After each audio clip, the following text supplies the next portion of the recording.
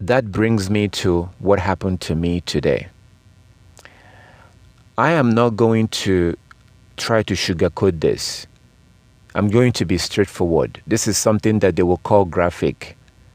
YouTube or something, or whoever they might, censor it. I'm going to be very open. This is not something you say, oh, children are not supposed to hear this. No, we cannot have that kind of attitude. So, before the Sabbath, what I'm talking about here is clean and unclean. How I became unclean today. And it messed up my plans, messed up my schedule. After we met earlier, I ate and I fell asleep. I fell asleep, which was normal. I slept, and then I woke up. I woke up at the right time. I woke up at almost basically the time I told you. I woke up at the right time. I was supposed to call so we can meet. But then I thought to myself, you know what? Okay, let me get into the part that might seem uncomfortable. It's not uncomfortable, but it's embarrassing for me. What I'm about to tell you right now is going to be bad. It's embarrassing for me. It's not going to be embarrassing for you. So I thought to myself, you know what? My brothers, listen. Men, listen. Sisters, listen too. Because this information will be useful for your sons and your grandsons. This is what men have to go through. When we talk about clean and unclean, you think it's only for women. No, men have to deal with the clean and unclean issue. Men are unclean a lot of the time, but just that because they don't know. They don't realize it. So what happened to me was that when I woke up, today is the Sabbath. So I thought to myself, before I call and join you here, let me go and use the restroom. Because I have found out that sometimes when I use the restroom, I will find out that I'm unclean. And that was exactly what happened to me. So I thought to myself, it is better for me to yes, I might be late in this call, but let me use the restroom while the sun is still up. So that if I find out that I'm unclean, I will then shower before the sun goes down. Because if I join you on the call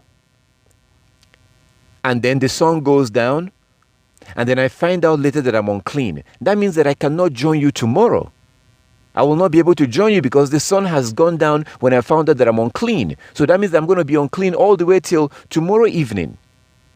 So this is all based on this. This is what I've learned along the line. Let me better use the restroom so I don't have to worry about peeing this evening. I don't have to worry about using the restroom. Let me just, use the restroom and clean my system. If I happen to be unclean, so that was what happened. So to my surprise, when I went to use the restroom, I found out that sperm came out of my body. Okay, now this means that I am unclean.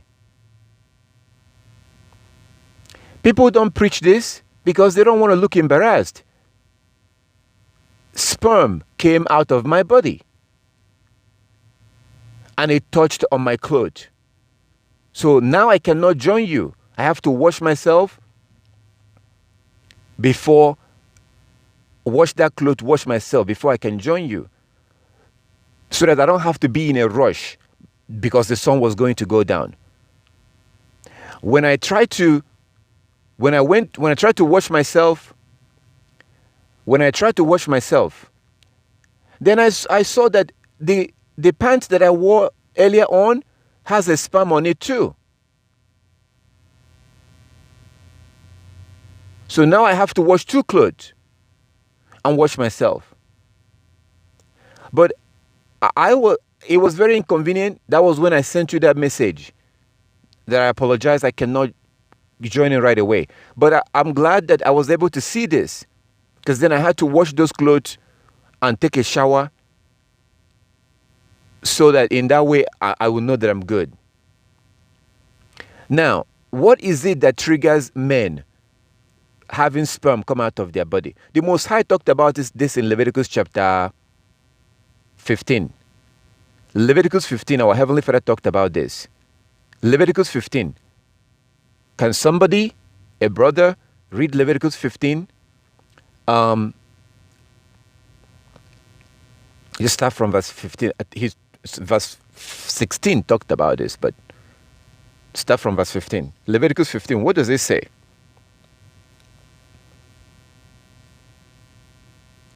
Leviticus chapter 15, verse 15 and 16. So men need to know this. You need to know this. It does happen. And I'm going to explain one of the things that triggers sperm coming out of your body when you don't even realize it.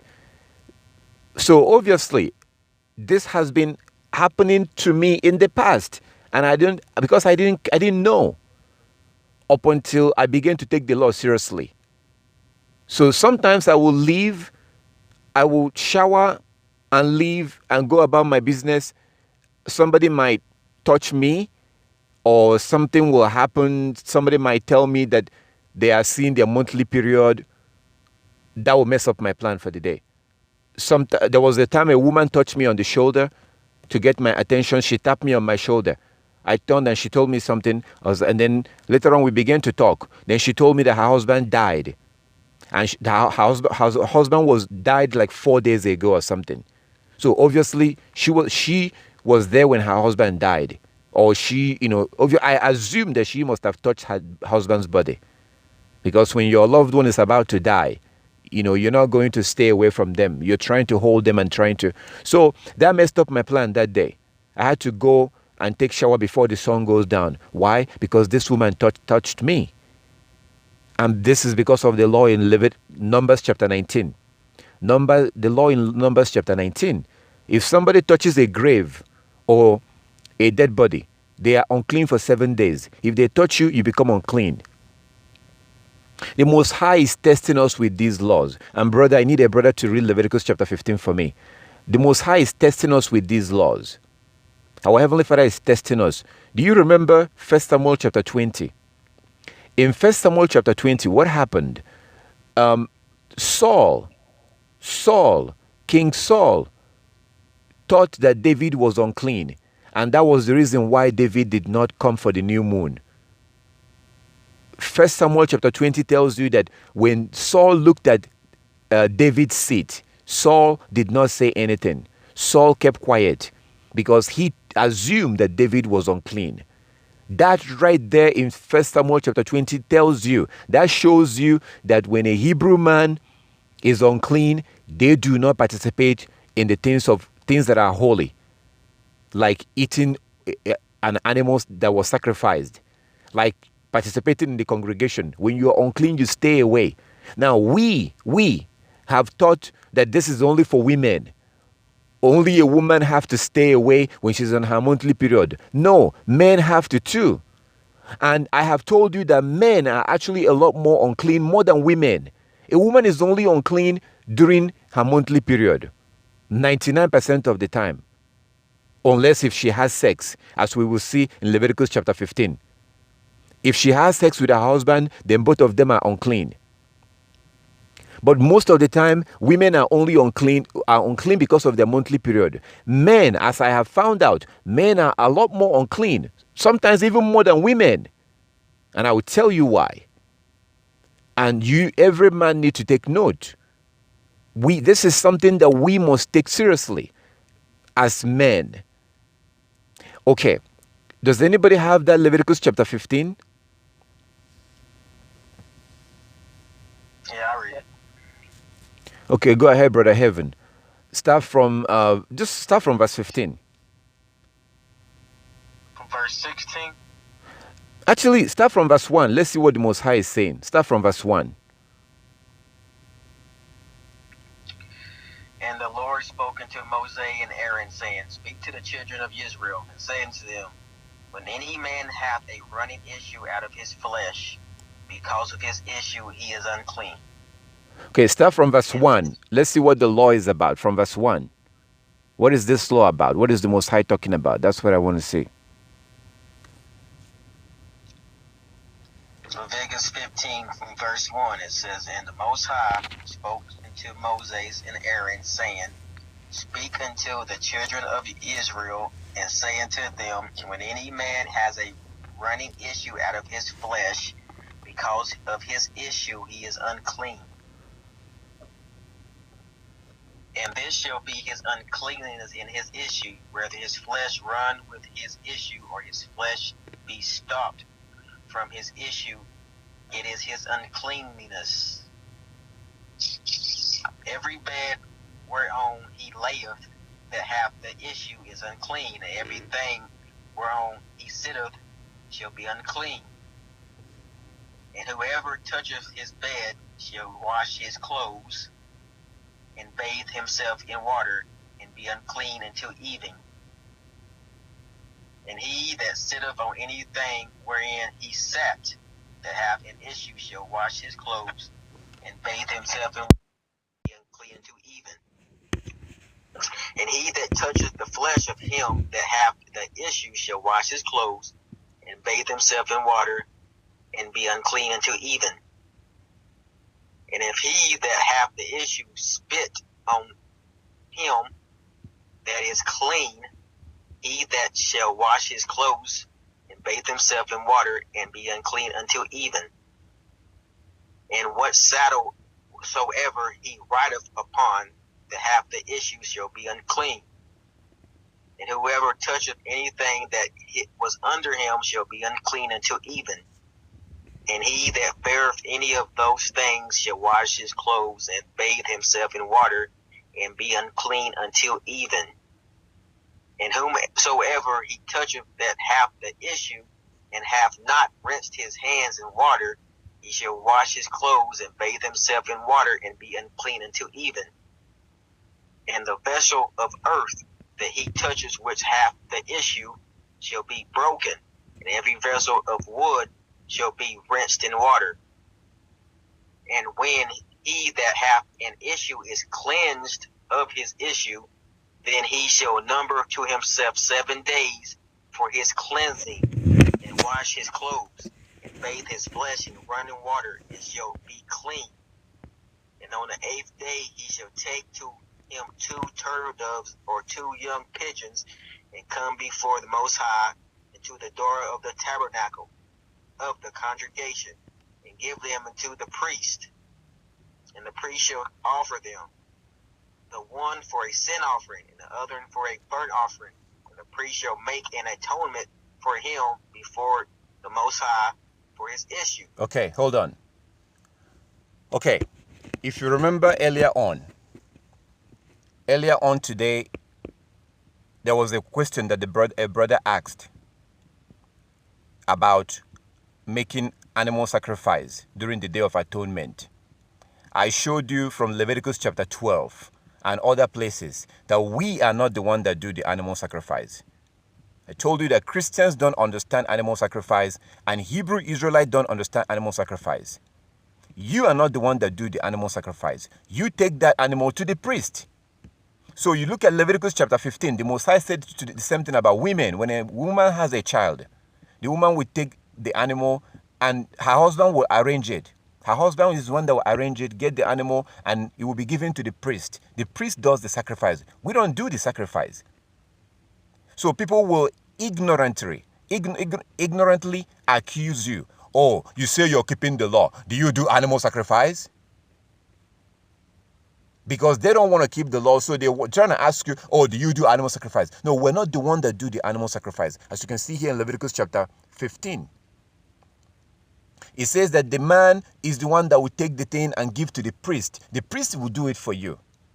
You don't do. You just get the animal and give to the priest.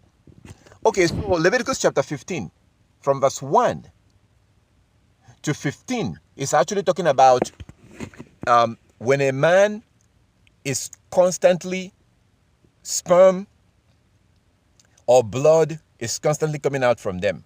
There's something that goes on. This doesn't happen to everybody. This rarely happens, but there are men that actually have blood come out of their penis, and it's a continuous issue. If you look online, you will see there are people that do suffer from things like this.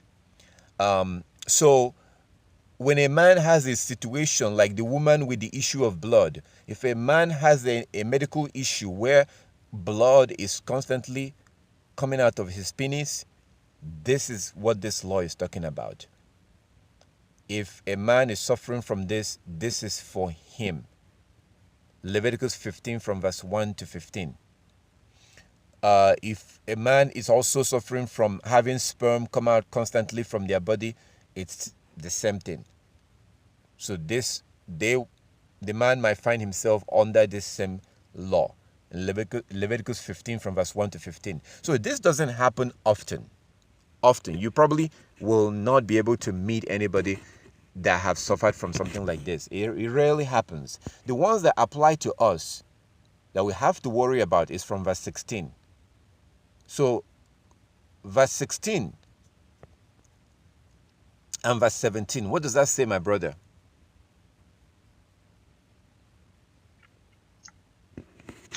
And if any man's seed of co-pollution go out from him, then he shall wash all his flesh in water, and be unclean until even. And every garment and every skin whereon the seed of pollution shall be washed with water, and be unclean until even.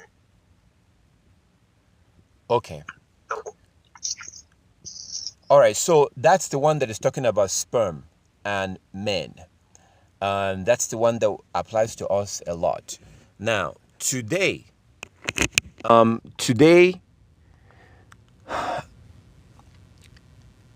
the reason why this happens, let me not just say this and it will just be my opinion. I don't want this to be my opinion, but let me remind you. What happened to David when David saw the woman taking shower? David saw her and David started thinking about sex. When David saw that woman taking shower, David was not thinking about praying for her. David was not thinking about giving her some money or whatever, or David wasn't thinking about that. David saw her taking shower and David was thinking sex. Now, that was King David. A man that you could call a righteous man saw a woman naked and was thinking, had that kind of thought. Just by seeing her nakedness, the rest of the story was a disaster. He sent for her, had sex with her, she became pregnant. He tried to cover up the pregnancy, it didn't work, it failed. All his attempt to cover up the pregnancy failed before he now went to plan B. David never meant to kill that man. It wasn't his intention to kill that man. When she became pregnant, what David wanted to do was that was why he tried to bring her husband back and then tried to get for Uriah to go home. Go home to your husband. Uriah did not want to go home. So King David was hoping that if Uriah will go home to his house, he will most likely have sex with his wife. So in that way, when that pregnancy comes out, it will look like it was Uriah. But because Uriah has been away for a while, it looks really suspicious that she became pregnant when he was away. So when David tried to get him to go home, Uriah did not want to go home. David now went to the disastrous plan B. Ended up killing the man, and then the whole thing was a disaster. Now, let me bring something up for you to think about. How come the Most High did not intervene when David was looking at that woman? How come the Most High did not intervene? We see in Genesis chapter 20, the man that was eyeing and looking at Sarah, Abraham's wife, the Most High sent a message to him on a dream. If you touch that woman, you are a dead man.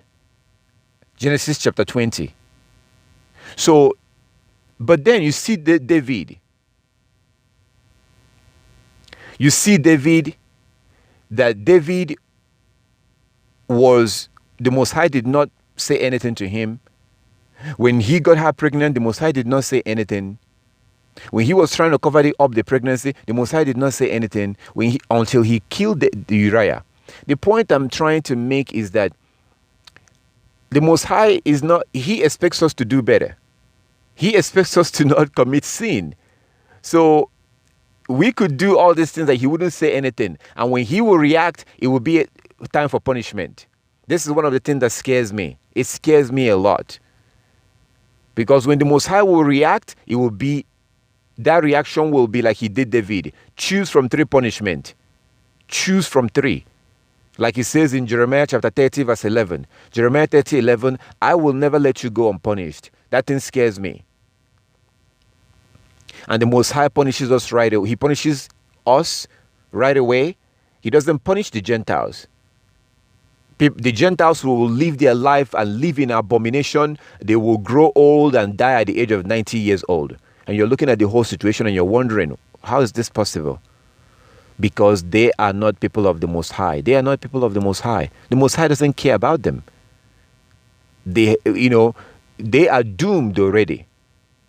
So, but for us, like the reason why he didn't allow Moses or Moshe to get into the promised land, he had to punish Moshe, punish Aaron, punish David. So, but David saw this woman and David lost after her.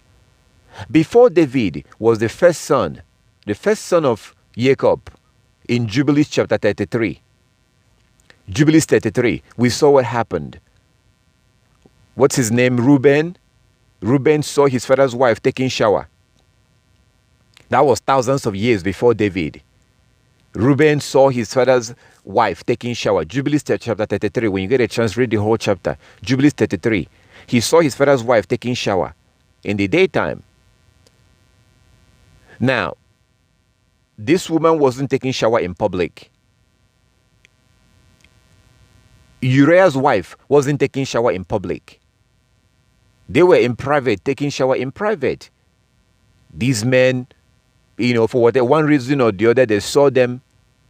In David's case, David was upstairs when he saw her. So, but Reuben saw his father's wife taking shower. That evening, he sneaked in and got on top of her. There was no light in the room. So she was thinking that it was Jacob, her husband. By the time she realized that it wasn't Jacob, it was too late. And then he got down from on top of her and ran away. Jubilees chapter 33. The reason why I'm reminding you of these scriptures is to bring our attention to what happens to a man when we see a half-naked woman. All we're thinking is sex. That's all we're thinking. If this could happen to David, who am I? Who are you? So, this is one of the reasons why I speak against women wearing tight clothes. Even young girls. Did you know that in our community, among our people today, especially in America, there's an epidemic. We have an epidemic of fathers having sex with their daughters. We have an epidemic of men having sex with young girls that are daughters of the woman that they are quote unquote dating. So a woman will be by herself. She has 2 or 3 children. And then she meets this man. This happens in America. She meets this man. They start talking. They start, quote unquote dating. I hate dating. That's an idea that came from the Europeans. Dating and boyfriend and girlfriend, we shouldn't be engaging in things like this. So a man and a woman will begin to date. The woman has 2 or 3 girls, young girls. These girls are walking around the house with tight this and tight that. You are quote unquote in a relationship with this man, but he's lusting after your little girls, your girls. So oftentimes the woman will leave and go to work or something. The man is in the house with these children. And oftentimes he will be having sex with them. These are girls that may be 7, 8, 9, 10 years old, 11 years old. He will be having sex with them. You are thinking that he is there for you. No, he's not there for you. He's there for these girls. So, 5 years later, 10 years later, the girl will now start telling you her story. that she lost her virginity through her dad or her dad's brother or her mom's boyfriend. And this usually happens. I've gotten calls. Got a call from a girl who was 21 years old. Same thing. She lost her virginity, when she was like whatever age she was. So these are the kind of things that happened. And it gets triggered by the way that these girls are dressing. You, being the mother or the father, you see your girl wearing jeans. They should never be wearing jeans. 99.9% of the time, these jeans are very tight. They are tight. You hardly see a woman that is wearing a jeans that is like loose. 99.9% of the time, these jeans are tight. When we, men, I don't see men that preach about this. So I'm going to say these things, and it will be embarrassing for me, but I will say it. When me and real men who are not homosexual, men who are not gay, when we see a woman with tight clothes, we're thinking about sex. Now, here's where we get into the scripture and sperm.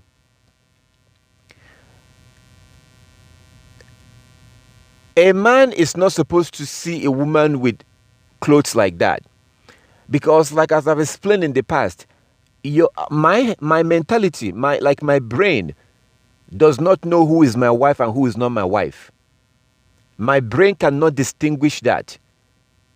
All my brain sees is a woman who is half naked. That's all my brain sees. So, something that I am supposed to see inside of my house, I'm supposed to be inside of my house and see a half naked woman. And usually she's supposed to be my wife. So if I see her half naked, it turns me on. So as soon as that turns me on, what happens at that point? The same thing that happens is what happens when you see a delicious food. When you see a food that looks good or smells good, what happens at that point? You start, craving that food.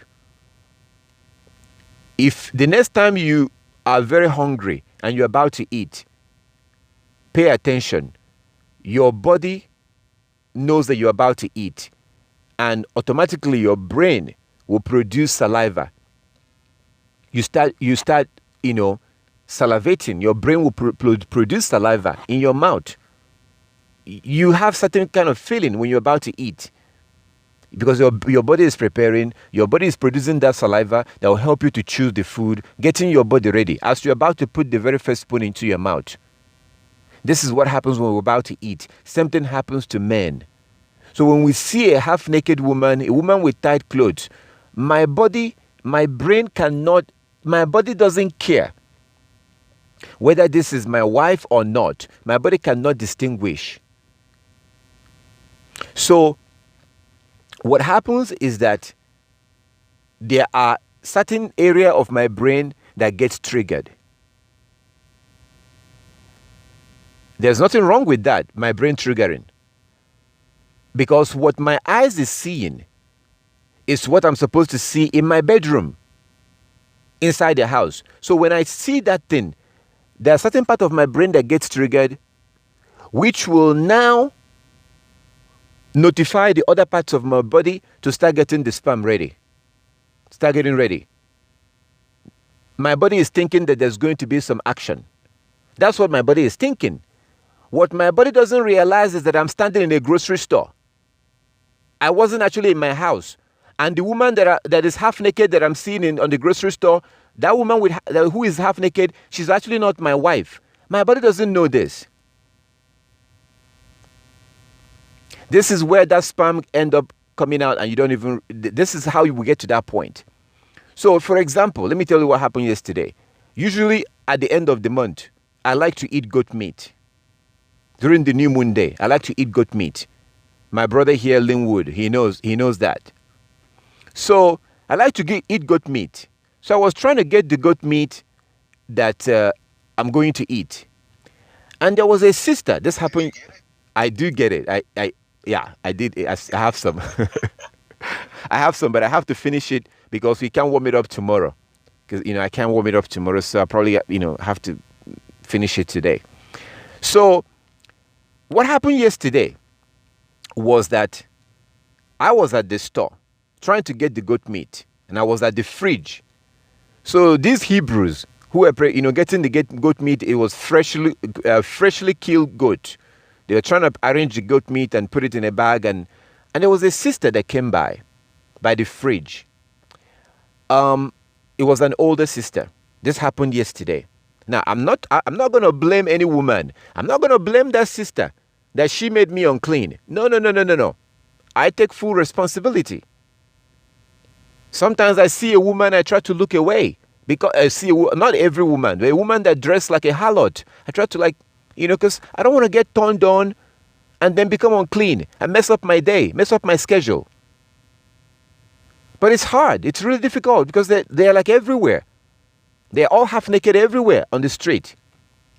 So anyways, this sister came to the fridge looking for some meat.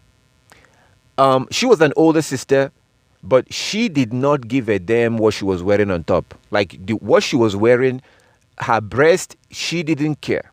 She did not care. And I looked at this. I'm like,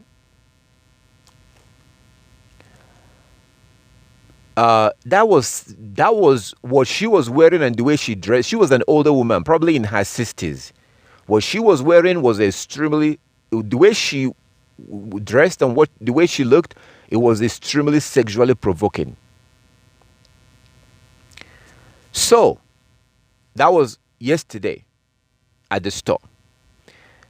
What happens is that when we see things like that, our body gets triggered. Our body begins to prepare and arrange that sperm. So your body is not always ready to release a sperm all the time. No. Your body is not always ready to do that. That is the reason why you go to the restroom and you pee. Nothing comes out. No sperm comes out. Your body only gets triggered, begins to prepare that sperm to come out when you see a sexually provoking, when you see a woman who is half naked. Your body cannot distinguish who is who. Your brain cannot distinguish, actually, let's not do that sperm thing right now because that was not his wife. Your body doesn't think like that. As soon as your body sees it, it's like when you see a food and you're really hungry, your body cannot tell whether you actually have permission to eat that food. It happens when we see unclean food. When we see a delicious pork or shrimp, we still crave it. The reason why we don't eat it is because it's against the law. But just because that pork or that shrimp is against the law doesn't mean that you're not going to feel that smell, that delicious smell. You can still feel it. You can still crave it. The reason why we don't eat it is because it's against the law. So your body is not going to shut down and say, I'm going to make this food to smell bad because it's against the law. No. You are still going to crave that food, but you don't eat it because it's against the law. It's the same thing that happens. So when we see a woman who is half naked, tight clothes, tight this, we still go on to crave and to desire that woman. The reason why we don't go for it is because that woman is not our wives. This is what happens. This is what happens most of the time. Now, for us, for the men who are keeping the law, we are able to control ourselves because we know that we're not supposed to do this. We cannot do this. So we're able to control ourselves. So, but for men who are not keeping the law, when they see a woman like that, the very first thing that they do is to try to start a conversation with you. Start a conversation and then ask for your number. And everything that they will be doing, they will be giving you the impression that they care about you, they love you. All this, they are lying. I know because I used to do that. We don't give a damn. We actually don't like you. In our mind, when we talk to our friends, we will describe you as a whore. When a woman that dress sexually provoking, when we talk amongst other men with our friends, we describe you as a whore. We know that we want to have sex with you, but when we're talking about something serious like marriage, we don't want to have anything to do with you when it comes to marriage. But we'll have sex with you. This is something that young girls need to understand. And it really pains my heart that young girls don't understand this until it's too late. Until it's too late, that's when they now understand it. But at that point, it's too late. Most of the time, when we tell a woman that we love that woman, we don't. We're saying it because we just want to give you the impression that we want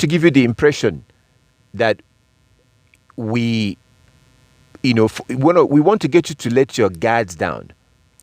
For you to let your guard down and start that so-called relationship with us. And then what happens is, once you assume that we care about you and we love you, what do? You now allow us to have access to your body. Once we finish getting what we want from your body, we'll leave you. This is what happens a lot. So, for example, this picture is, I think it was from Facebook.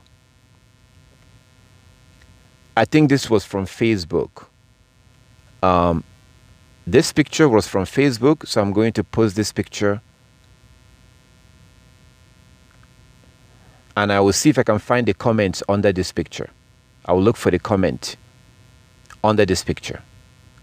It was on Facebook and boys was all over her page. Let me see if I can show you what these boys are saying. Dubai, it's also because probably in 90% of the homes there is no father to rule and walk in Torah. To teach the young girls, to teach them, Correct. to tell the young girls, look, we're a bunch of liars. When we tell you we love you, we're just saying it just, we can get access to your body. Girls are not being told these things. You're right. Okay, so I posted that picture, and then I'm also showing you the comment. Look at the comment under this picture. Look at the comment. You look so amazing. You look so amazing, baby. The first comment says, you look so amazing, baby. The second comment says, I like what I'm seeing. And then it says, DR, can we chat? The third comment says, wonderful.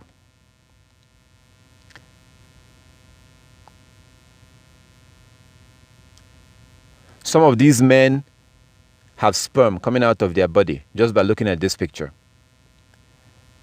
And they are unclean without even realizing it.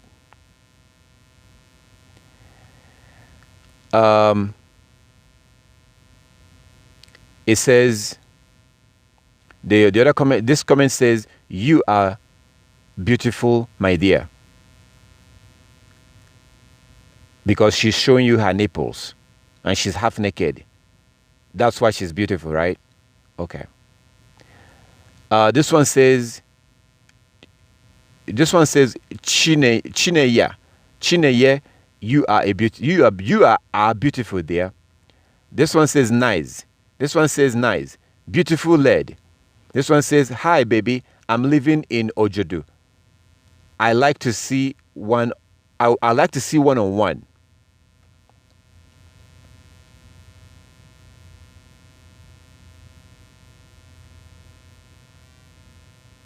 Where was comment from women? Where are other women saying, oh sister, you're so beautiful? It's mostly men. They want to chat with her. They want to meet with her. Now, these brothers, these men that are writing this comment, among themselves, They know that she's a whore. They see her as a whore, but they have no problem getting on top of her. Now, this girl you see in this picture here, this girl in this picture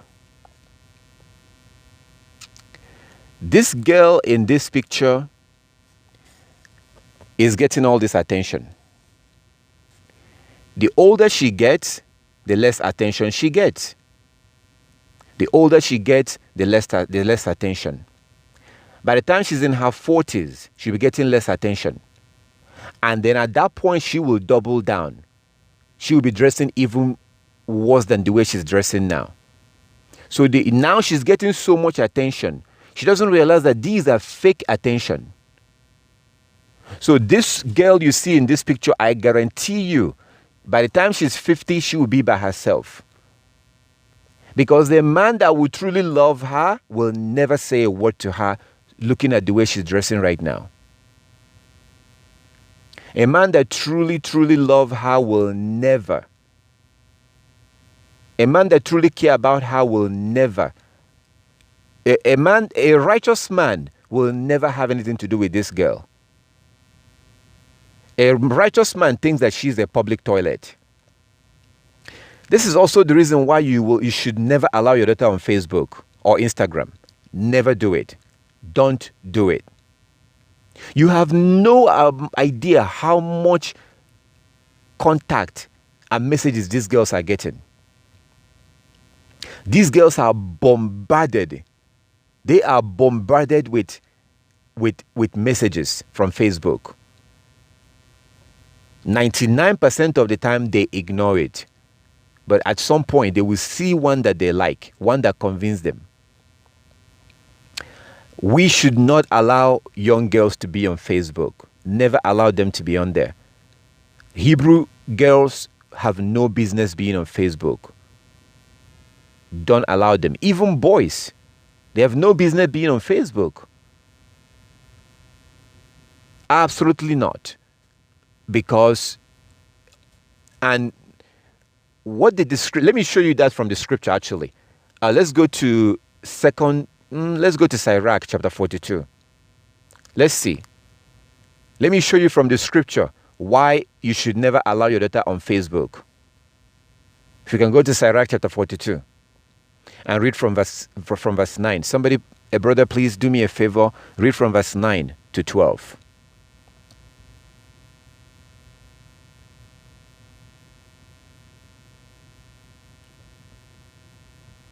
Sirach 42 in the Apocrypha. If you don't have it, Google it. It's available on Google. Sirach 42.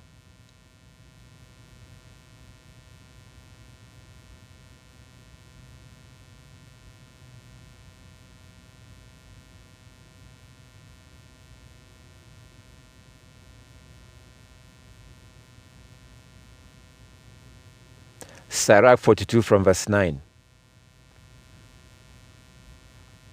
And if you're going to do this, you have to do this as soon as possible. You don't want her to become 13 years old or 14 years old, and then she's already on Facebook, and then you tell her to get out. No. Don't let them get on Facebook in the first place. Do not let them get in the first place.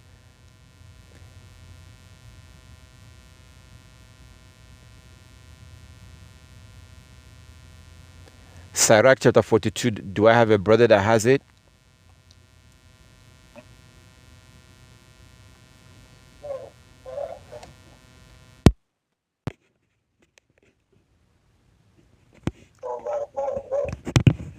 Sirach 42.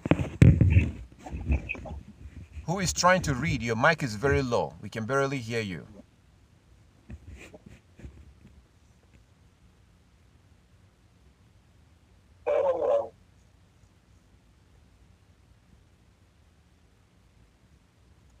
Yeah, your mic it's very low. Okay, let me see if I can read it.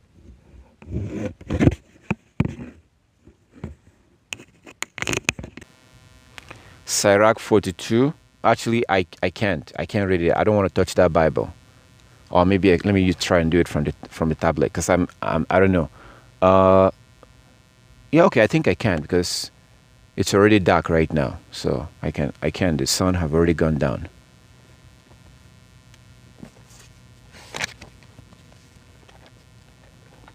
I read it. What is it? Sirach 42 from verse 9 to 12. The father of the daughter, when no man knoweth, and the care for her taken away sleep. When she is young, she's passed away, the flower of her age, and being married, let she should be hated. In her virginity, let she should be defiled, and gotten with child in her father's house, and having an husband, let she should misbehave herself. And when she is married, let she be a barren. Keep a sure watch over a shameless daughter, lest she make thee a laughing stock to thy enemies, and a byword in the city, and a reproach among the people, and make thee ashamed before the multitude. Behold, not everybody's beauty, and sit down in the midst of a woman. Okay, so this is the book of Sirach. I highly recommend. The book of Sirach is like a manual for law keepers. The book of Sirach will teach you a lot, even how to eat in public, even how to chew your food in public.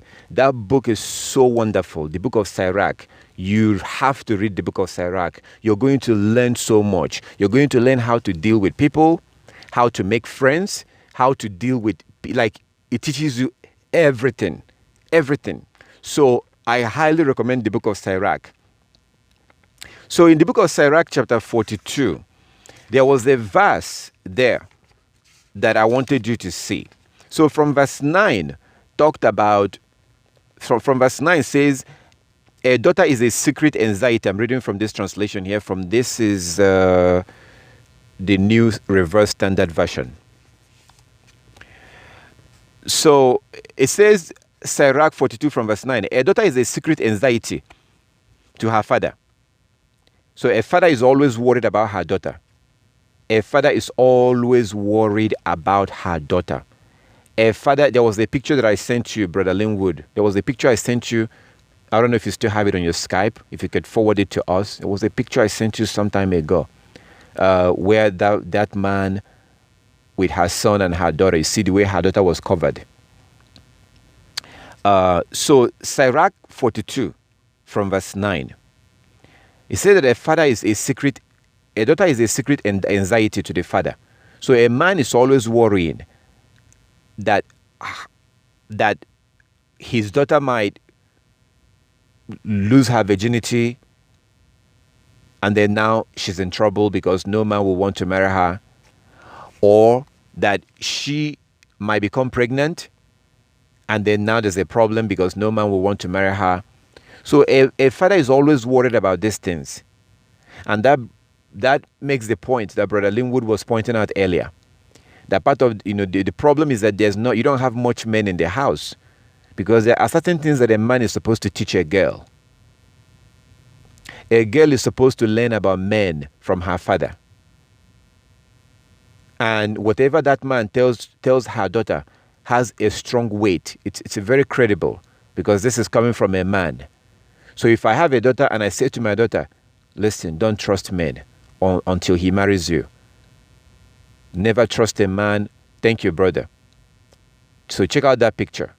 So if a father tells a daughter, never trust a man just because he says that he loves you, until he marries you and pay your bride price, never trust him. If a man says this to his daughter, that daughter will never forget that.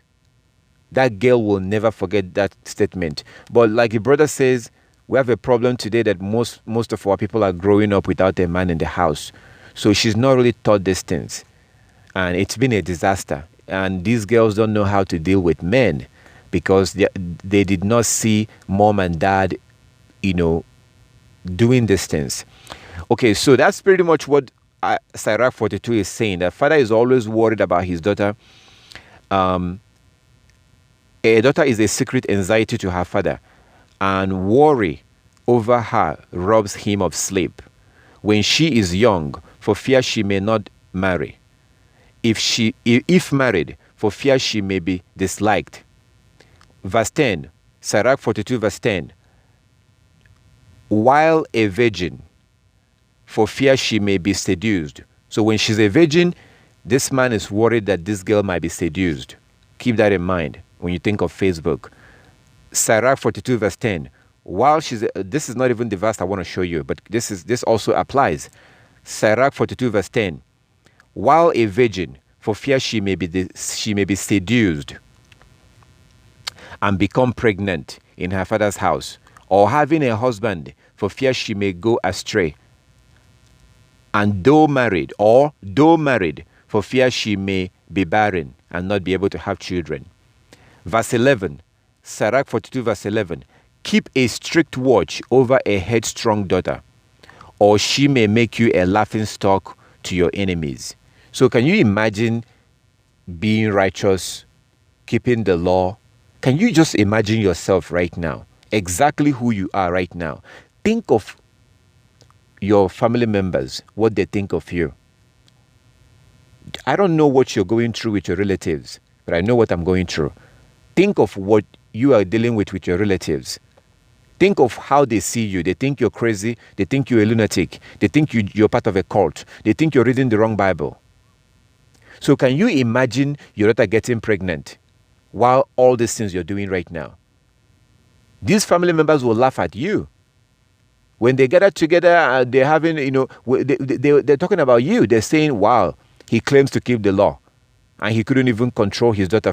He couldn't even teach his daughter to keep her legs closed. He claims to keep the law, and he could not even teach his daughter to keep her leg. This is what they'll be saying.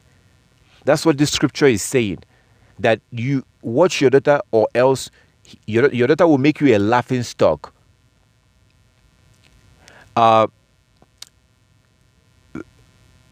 Sirach 42 verse 11. Keep strict watch over a headstrong daughter, or she may make you a laughing stock to your enemies, a byword in the city and the assembly of the people, and put you to shame in public gathering. So watch her. Then it continues in verse 11. See that there is no letters in her room, no spot that overlooks the approach to the house. So the end of verse 11 says that make sure that her window is not facing the front of the house. Do not allow the room, your daughter's room, to be the one that faces the front of the house, where she can be in the room and she's looking outside. No, don't let her room be in that area. That room can belong to your son. Do not allow your daughter to have a room that overlooks towards the front of the house. What does that mean? Well, those of you, that grew up in the village, or you could, if you come into most of the houses, the bedroom has a window that looks towards the front of the house. What this is trying, the reason why it says to make sure that there's no spot in her room that looks towards the front of the house. The reason why is because all these boys going by on the street, you don't want her to stay in her room and be staring at these boys.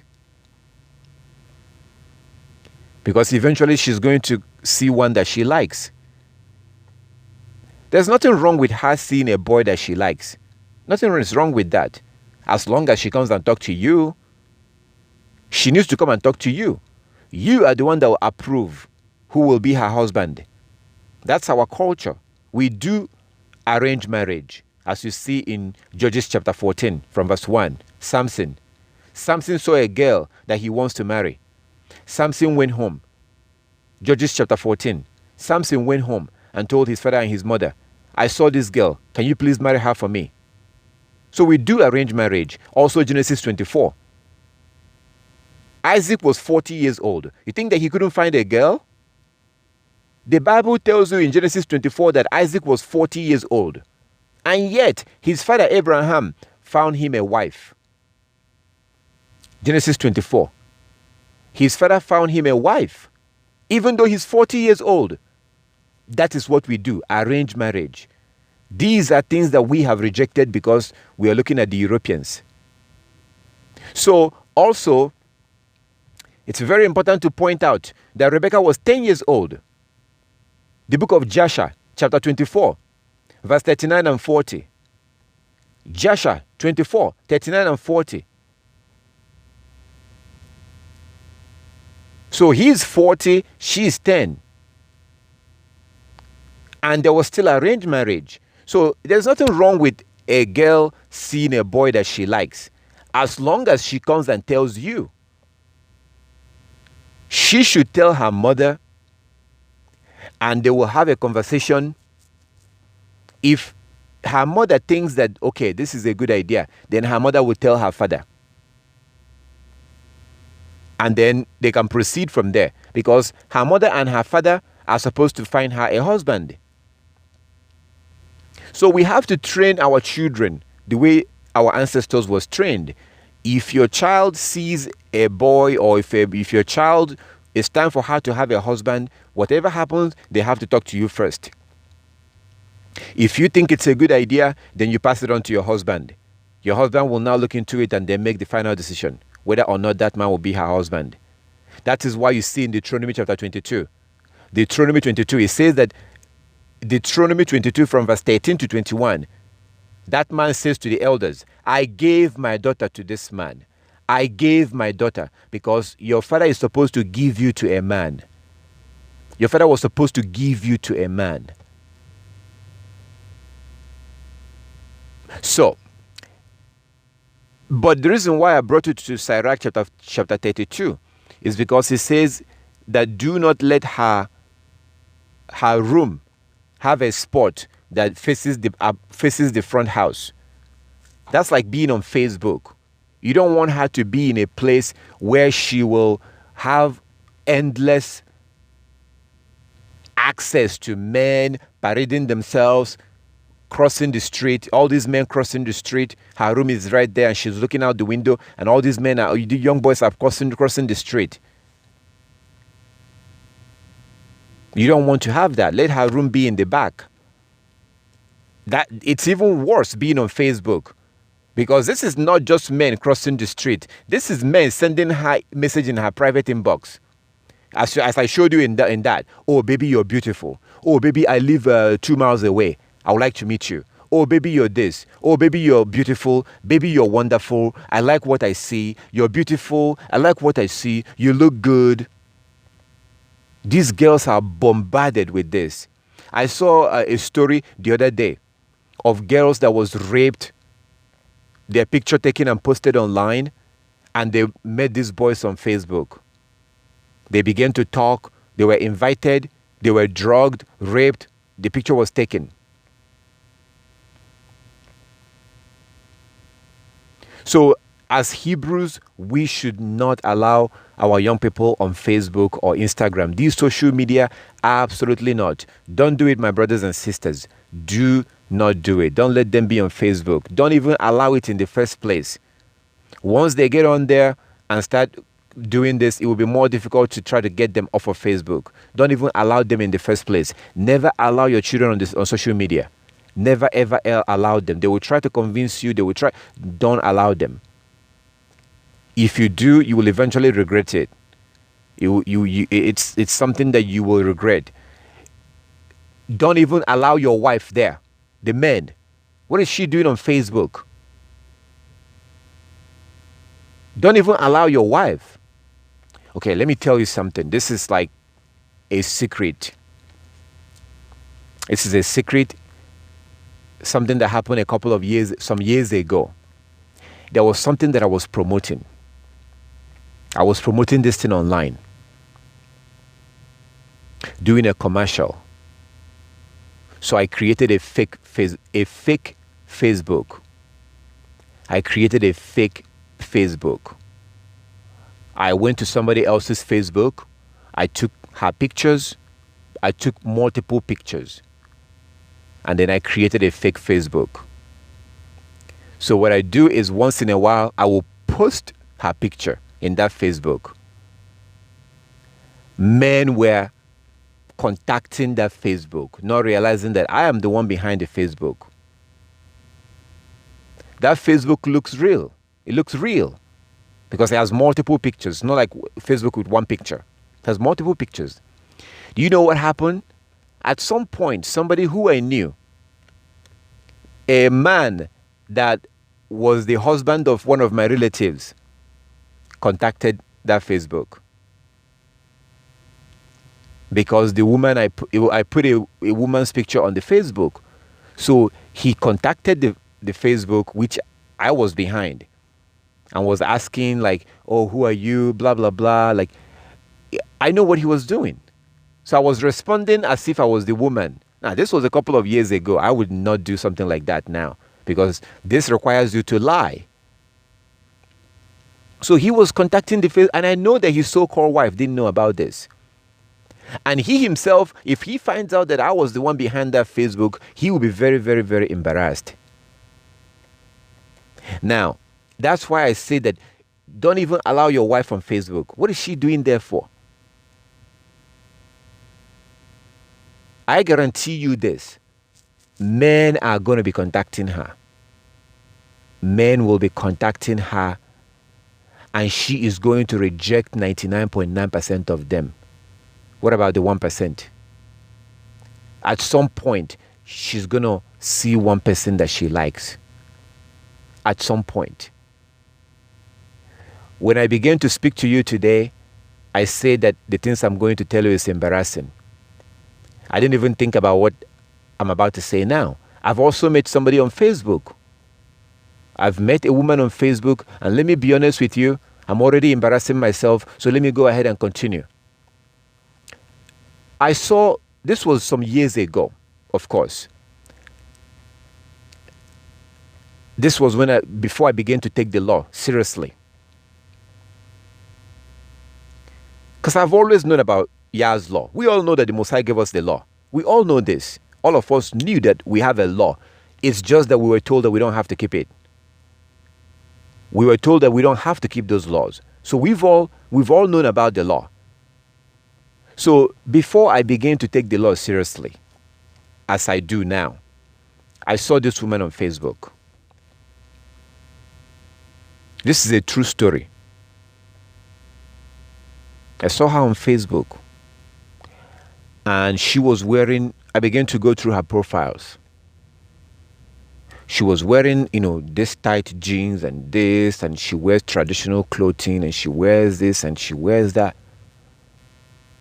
So I contacted her on Facebook.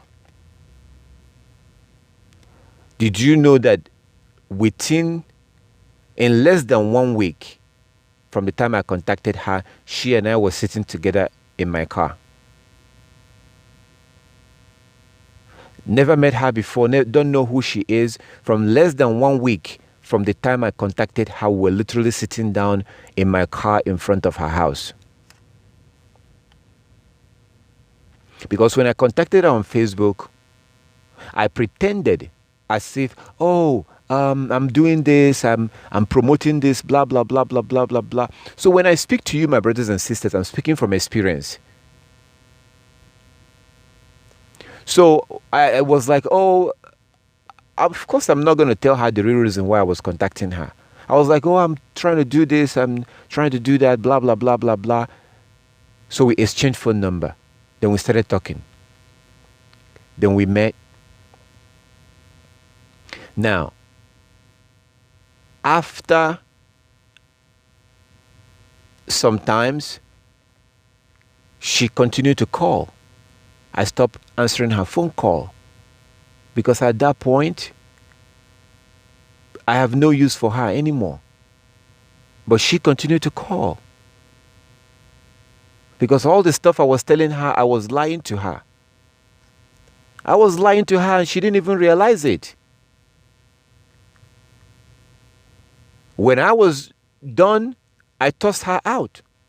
She kept calling and calling and calling, and with all the stress, the crying, the broken heart, I tossed her out. So I treated my sister like a dog because she's a Hebrew woman. I treated her like a whore. We're not supposed to do that. Men are not supposed to do that. We are not supposed to treat our sister like a bunch of whores. But I have to be honest with you. The thing that grabbed my attention was the way she was dressed. That got my attention. She was wearing these tight jeans. That got my attention. And I sent her a message on Facebook. We started talking.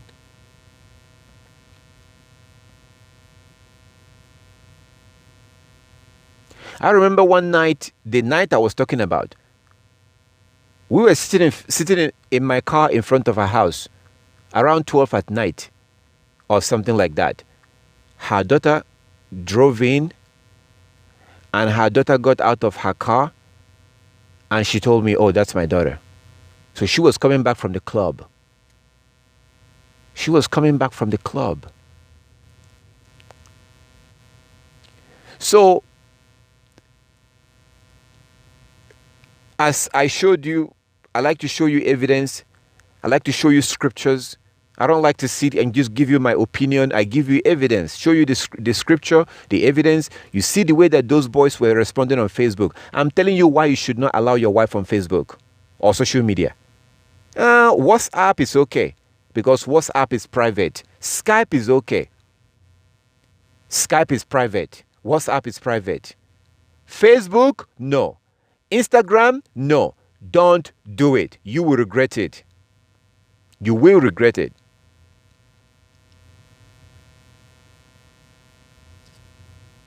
You should not allow your daughter or your wife on Facebook. You shouldn't even allow your son on Facebook. Don't do it. What is he doing there for? For us, the Hebrews, to be on Facebook, we have to use Facebook. What do I mean by using Facebook? Use it to share videos about the Sabbath, share videos about the law. If possible, don't even put your picture. Don't allow your daughter on Facebook or social media, Instagram, Facebook, all these social media. Don't allow them there. Don't allow your wife either. Because it's just a matter of time before a man will see her and that man will lust after her and begin to contact her. Next thing you know, they're having sex. That what I showed you from Facebook, do you see any of those men asking her, oh, do you have a husband? No. They saw the way she dressed and they're saying, oh, baby, you're beautiful. Baby, you're wonderful. Baby, I live in Ojodu. None of them is saying, hey, do you have a husband? They're saying, well, I would like to see you. They don't care whether she has a husband or not. I would like to see you. When I saw that woman on Facebook, the one I told you, I didn't care whether she has a husband or not. I saw her, she was advertising her body. She was wearing something that was tight. She was advertising. I saw her. I don't care whether she had a husband or not.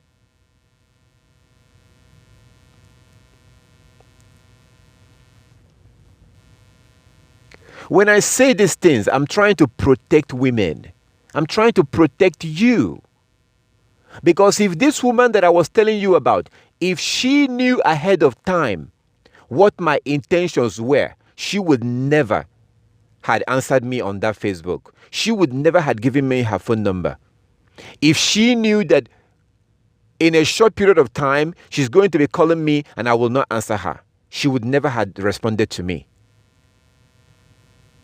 So after I lied to her, I gave her all this impression.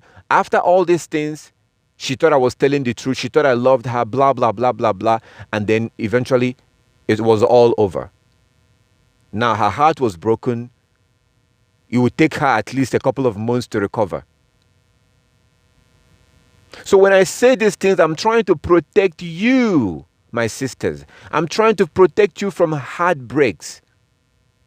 I'm trying to protect you from being in a situation where you will be, unless if you love misery, if you love pain and suffering, okay, go ahead. Okay, there was a picture that the brother posted, Brother Linwood posted. Look at that picture.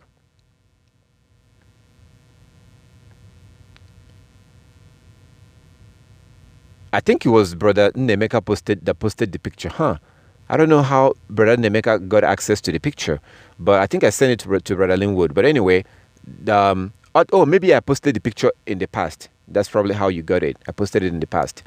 So these are like Pakistanis. They're like Pakistanis. Okay, so you can see the man in the middle. He has his fringes. See the fringes on that cloth? There's the fringes that on his thing. You see the way that those men dress? That's the way that we should dress. We should wear something that is like a robe. We should dress like the Hebrews. These men here basically dress, they pretty much almost dress like the Hebrews. You see what they're wearing? How it's moderate, all, went down, across their knees. That's the father in the middle. That's the son on the right, on the right of the father. That's the son, and that is her daughter. Now that is his daughter. That's the daughter. I'm showing you this picture because I had remembered Sirach chapter 42 that tells you how a man is worried about his daughter, because this man wants to make sure that this girl remains a virgin. Look at this picture, my brothers and sisters. How the hell do you lust after this? How can you lust after this woman? You don't even know what she looks like. Now, I want to remind you of something. Let me remind you of something that you know about. Do you remember in Genesis chapter 28 and 29, when Jacob, after serving for 7 years, after Jacob served for 7 years, Laban gave Jacob his daughter. The scripture tells you that Jacob ended up having sex with the wrong girl. So how come Jacob, who has been living in the house for 7 years or more than 7 years in that house, how is it that he's not able to realize that he's about to have sex with the wrong girl? The woman, the girl that was given to him on that wedding day, after he paid the bride price for 7 years, after he did that, the girl that was given to him, he ended up laying with her and then realized that that was the wrong girl. So how come he wasn't able to tell? Do you think that there was no light? No, they have lamps. Our ancestors did not walk around at night and there's no light anywhere. They have to walk around like they're blind. They had lamps. Our ancestors had lamps. The Most High, we have lamps, and we have oil. Our ancestors came out of Egypt. Egyptian people were actually a lot more developed. Egypt was developed. That's why they have the pyramid. Egypt was well developed. So our people were not walking around in darkness at night. They had a lamp. They did not say, okay, Jacob, here's your wife. Now go and figure out where the bedroom is. No, there was lamp. So why is it that he wasn't able to see that this is the wrong girl? Because she was all covered up. She was all covered up.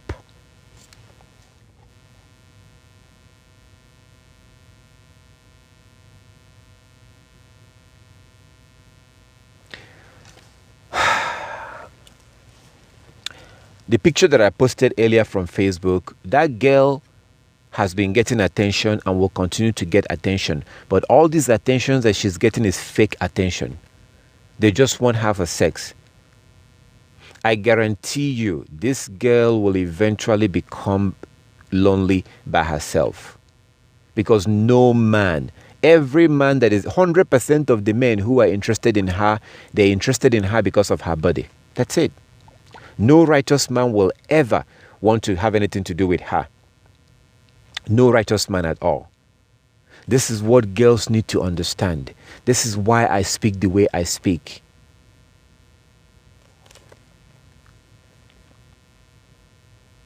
And that brings me back to the issue of clean and unclean. You saw the evidence from that picture. from Facebook. These men were saying, oh, baby, you're wonderful. Baby, you're beautiful. Baby, I live in a Jodu. Baby, I want to see you. Baby, because of the way she dressed. All they were thinking about as they saw that picture is sex, sex, sex, sex, sex, sex. That's all they're thinking about. So oftentimes we, the men, I remember at least 3 people yesterday, 3 Hebrew women. One was earlier, much earlier in the morning. I think it was yesterday. I remember 2 women from the stores. You know, they dressed in a sexually provocative way. And it was like, it's so difficult if you're trying to be a righteous man. Very difficult. So the price that we have to pay is that we're going to be unclean a lot. We're going to be unclean. I never, ever, I try to make sure that I'm not unclean on the Sabbath. I never decided to become unclean today. So my brothers, men, watch yourself. Watch yourself. And the most important thing that I want you to know, if you are a man, is that whenever sperm comes out of your body, you are unclean. It doesn't matter the reason why it came out. It doesn't matter whether you had sex with your wife or whether you saw a half-naked woman. It doesn't matter. As long as sperm comes out of your body, you are unclean. And any cloth, anywhere, any cloth that sperm touches, it's also unclean. You have to wash that cloth and wash that sperm. Now, what I advise, my advice for you is, when you're unclean, just go into the shower. Do not take off the clothes. You wear that cloth and go inside the shower where you take your bath. Go inside there, take the cloth off, or the knicker, or the pant, the short knicker, or whatever, or shorts, whatever you're wearing. Take it off. Wash it first. You don't have to wash it for 10 minutes. No. Just wash it, put it away, wash yourself real quick, wash yourself, and come out and put another clothes on. Do this before the sun goes down. So if you become unclean at night, make sure you wash yourself before the next sun goes down. If you become unclean in the morning, make sure you wash yourself before the sun goes down. If you become unclean right after the sun went down, make sure you wash yourself by the time that the sun goes down the next day. As soon as you do this, you're fine. As soon as you wash yourself, you are okay. Because being unclean is not a sin. When you become unclean, you're not committing any sin. There is no sin in it. Being unclean is not a sin. It becomes a sin if you do not wash yourself. I think our Heavenly Father spoke about that in Leviticus chapter 15. If you don't wash yourself, that's when it becomes a sin. Let's see Leviticus chapter 15 again.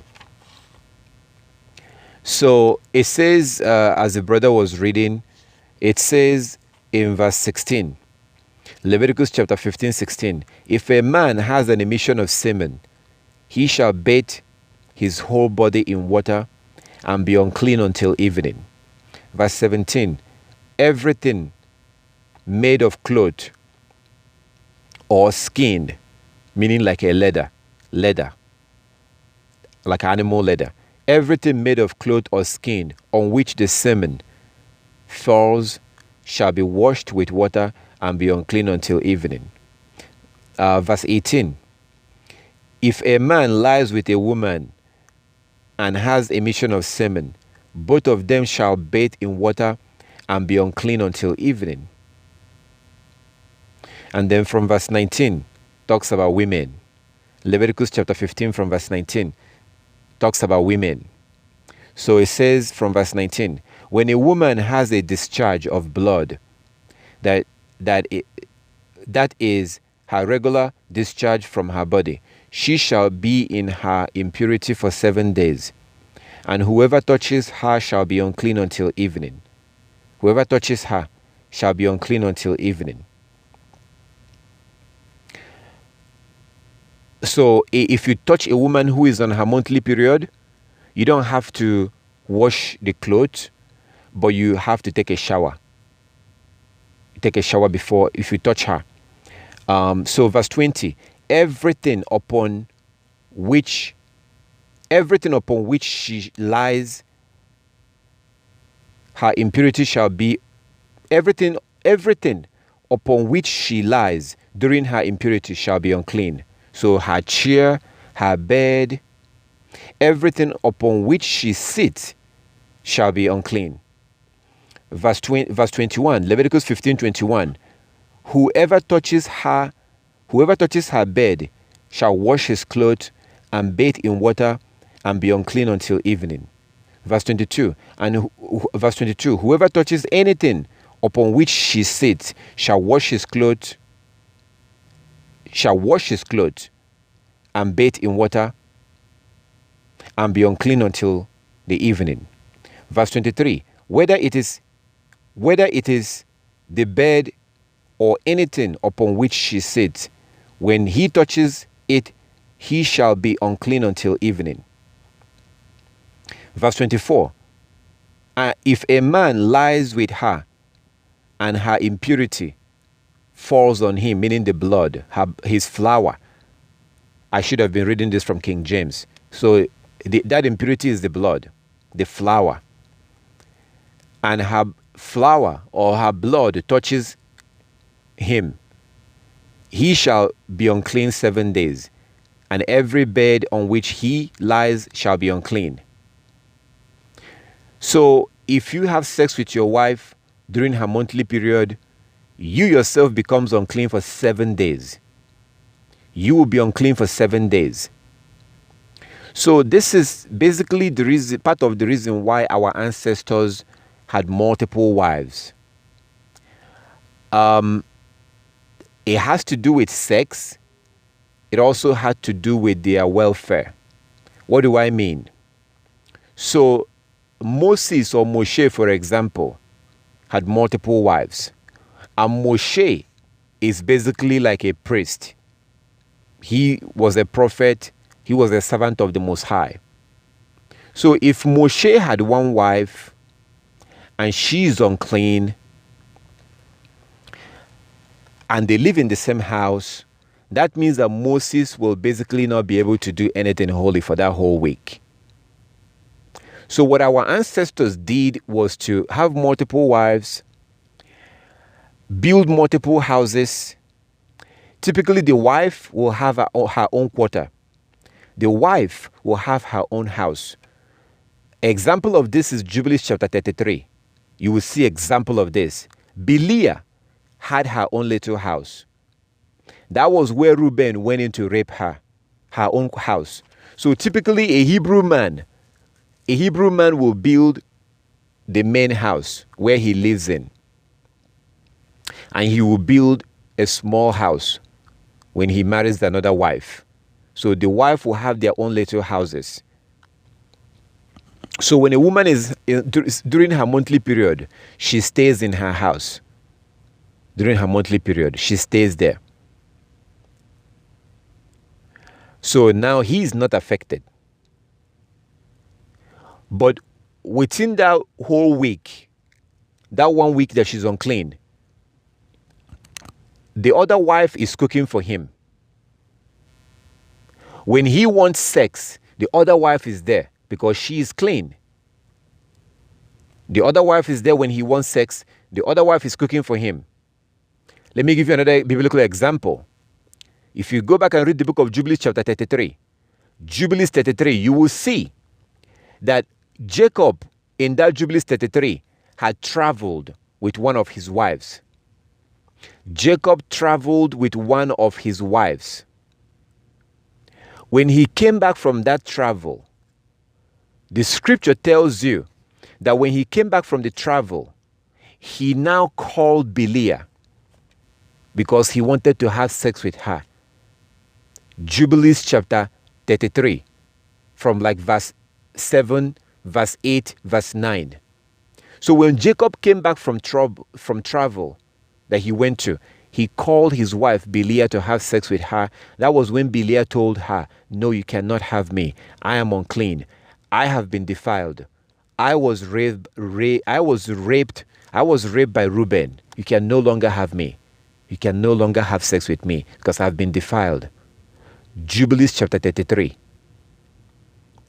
So that's part of the reason why our ancestors had multiple wives. So when a woman is on her monthly period, especially if you are a righteous man, if you are a man that serves the Most High, if you are a servant of the Most High, you cannot take 7 days off.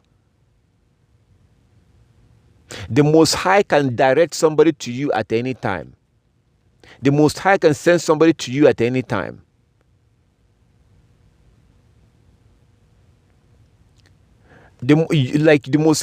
So you can't take days off. You have to be always available.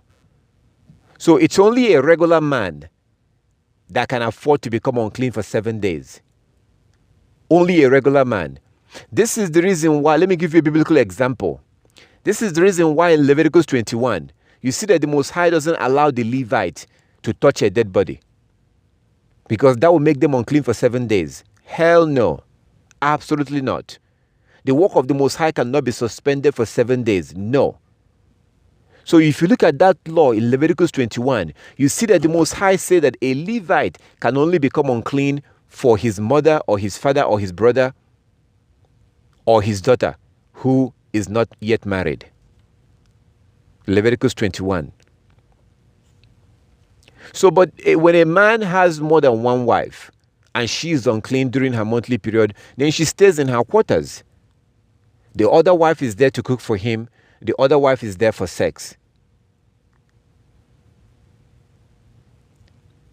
Because if he has any contact with her or touch her bed or whatever, everything is shut down because he's unclean. This is also what I meant when I said that we are poor. My brothers and sisters, we are poor today. We are poor today. That's why you have to make sure that your sons are not educated in this worldly education system.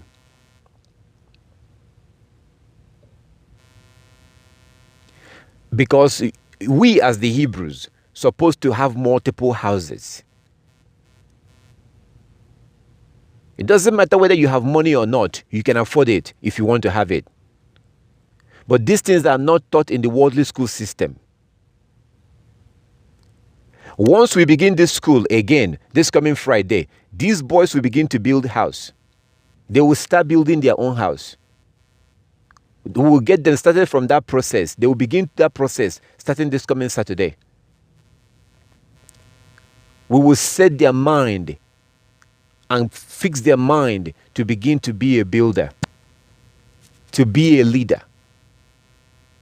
Teach them how to be the leader, how to lead and not be a follower, how to be the head and not the tail. But one of the things that they're going to be learning is building, basically setting their mind and preparing them to build their own house. Now we have different boys. Some of them are we have those who are 9 years. We have different people, boys and girls. So in about 7 years from now, I guarantee you, these boys will have their own wives and their own houses. Guaranteed.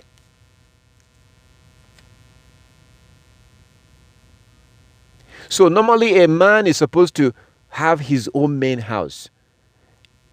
Each time he marries a wife, he will build a small tiny house for her. Build a house for her so she has her space, have her privacy. When she's unclean, she's there.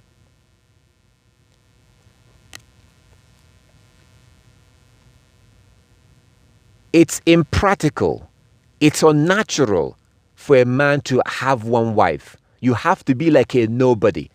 You have to not care about the law. It's extremely difficult for a man to have one wife and be able to serve the Most High.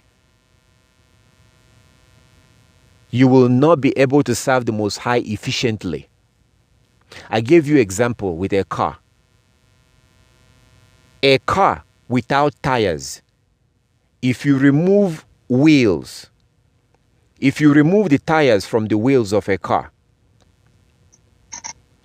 If you remove the wheels, or I'm sorry, you remove the tires from the wheels of a car, the car will still move.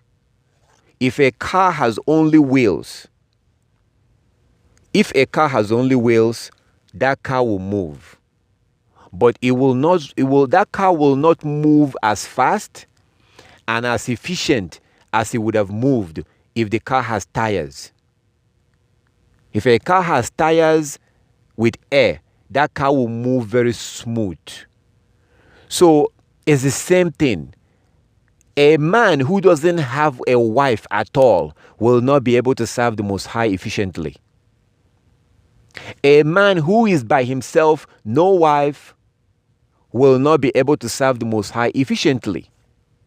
Because it takes time to wash your clothes. It takes time to cook.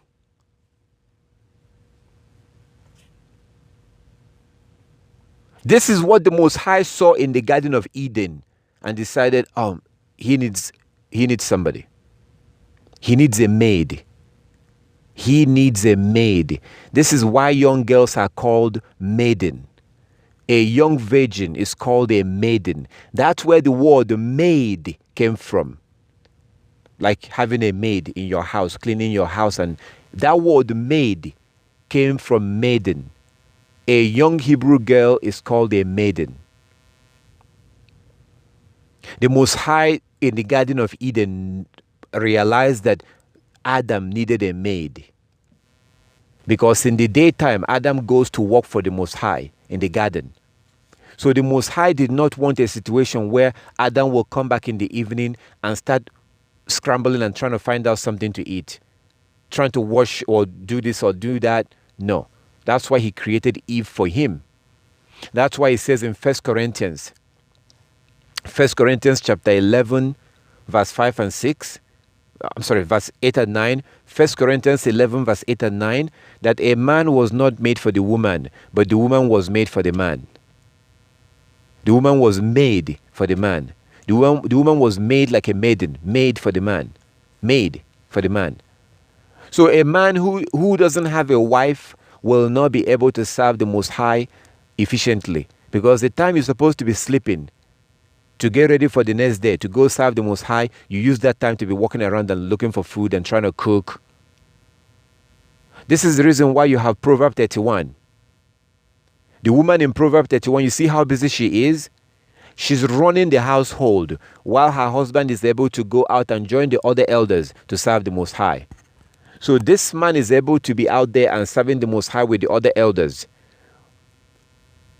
while his household is being run. Food cooked, house cleaned, babies taken care of. He's able to focus on serving the Most High. So a man that doesn't have a wife will not be able to, he can still serve the Most High. Yeah, you can. That man can still serve the Most High, but not as efficiently as he would have if he has a wife. A man that has one wife will not be able to serve the Most High as efficiently as he would have when he has two wives. When a man has two wives, it's a lot more difficult, a lot much easier to serve the Most High. Because if a man has two wives and one of them becomes unclean, then she simply, go take care of herself. He's not going to worry about food, cooking. He's not going to worry about sex. Because as we saw in this Leviticus chapter 15 that we read, as we saw in Leviticus chapter 15, if he touches her bed, he's unclean. If he touches her, he's unclean. If he has sex with her, he's unclean for 7 days. So, as I also give you the example of Jubilees chapter 33, that's why usually our ancestor will have a house built for their wives. The woman stays in her quarters. And he and his affairs continue to run very smoothly because the other wife is there. And eventually the other wife will begin to see her monthly period. And she would take a time off and take care of herself and the other wife will come back out, back and continue to cook, continue to take care of him. So it's unnatural for a man that served the Most High to have one wife. It's not going to work. It will not work. You have to have two wives. Now, doesn't that sound strange? Have you ever had anybody explain this like this? Because these men are scared. These Hebrew men are scared to say this. And most of them don't even understand it. I'm talking about Hebrew men that teaches. These Hebrew camps that teach. Some of them, it doesn't even occur to them. They don't even understand this. So contrary to what you've been taught, it's unnatural for a man to be with one woman. Now, before you become emotional, hold on. Keep your feelings aside. Let's deal with facts.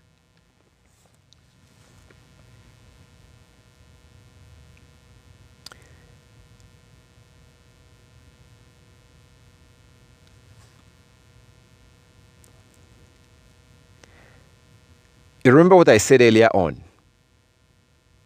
That I'm going to embarrass myself. I don't mind embarrassing myself for the sake of the scripture and for the sake of edifying you. So I've given you some personal information that looks kind of embarrassing. But I don't mind saying it. Let me tell you something else that I frankly don't see people saying this.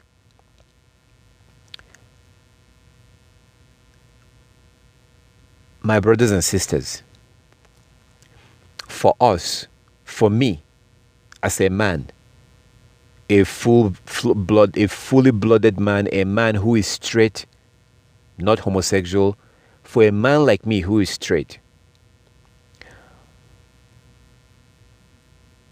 if you bring a woman, if I see a woman right now, never seen her before, had no idea who she is, if I see her and she's half naked, I would have sex with her right away. I don't care who she is. I don't know her name. I don't care about her name. And I have done this in the past.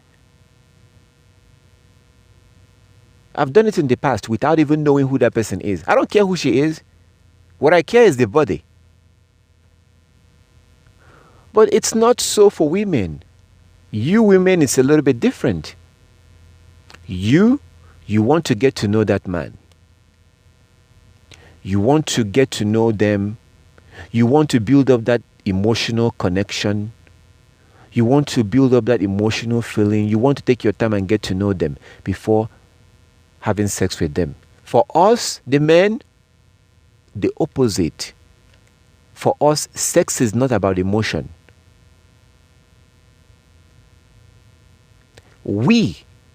I can have sex with a woman that I hate. A woman that I despise, a woman that I hate with deep-rooted hatred. Even though I hate her, I can still have sex with her. I can have sex with a total stranger, a woman that I have no idea who she is. I can still have sex with her. Because it's not about emotion for us. It's not about feeling.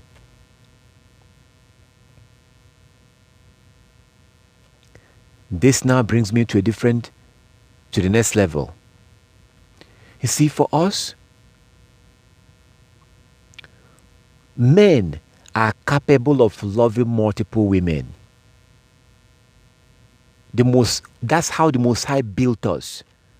We can love multiple women. That's why I began to explain this from the beginning the way I did. We can have sex with a woman that we don't know.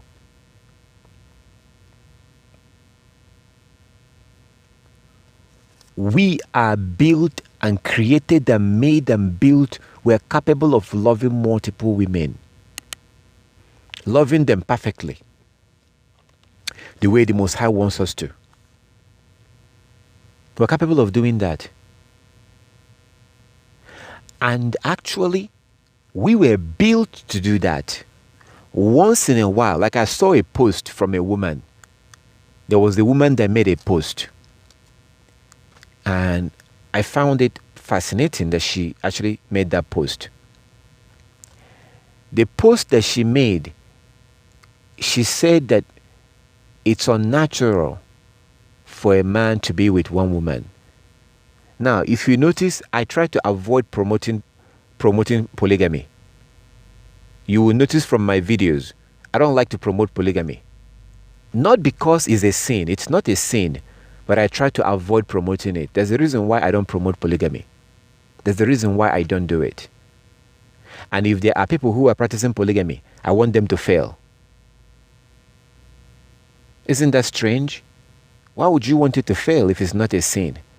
So you will notice that I deliberately don't talk about polygamy a lot.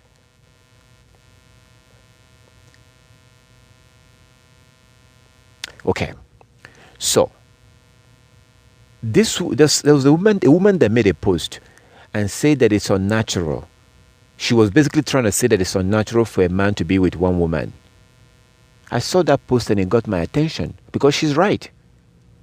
Now, 99% of the women will never accept that post. The reason why you will not accept that post is because you have been conditioned by the Europeans. Your mentality, your ideology is of the European ideology. For example, in the Islamic culture, every woman knows that her husband can have up to 4 wives. And they are fine with that. Now, what is the difference between Western women and these Arab women? Not much. It's the culture. So the European culture have conditioned you to be jealous. Even though the men are supposed to be jealous. That's why you have the law in Numbers chapter 5. So things has been flipped upside down today. Men are usually the ones that are supposed to be jealous. The Most High is a jealous God. The law, Numbers chapter 5. That law is a law of jealousy for the men. But we have abandoned the law. And today, women are now the ones who are being jealous. So things has been flipped upside down. What you saw in scripture with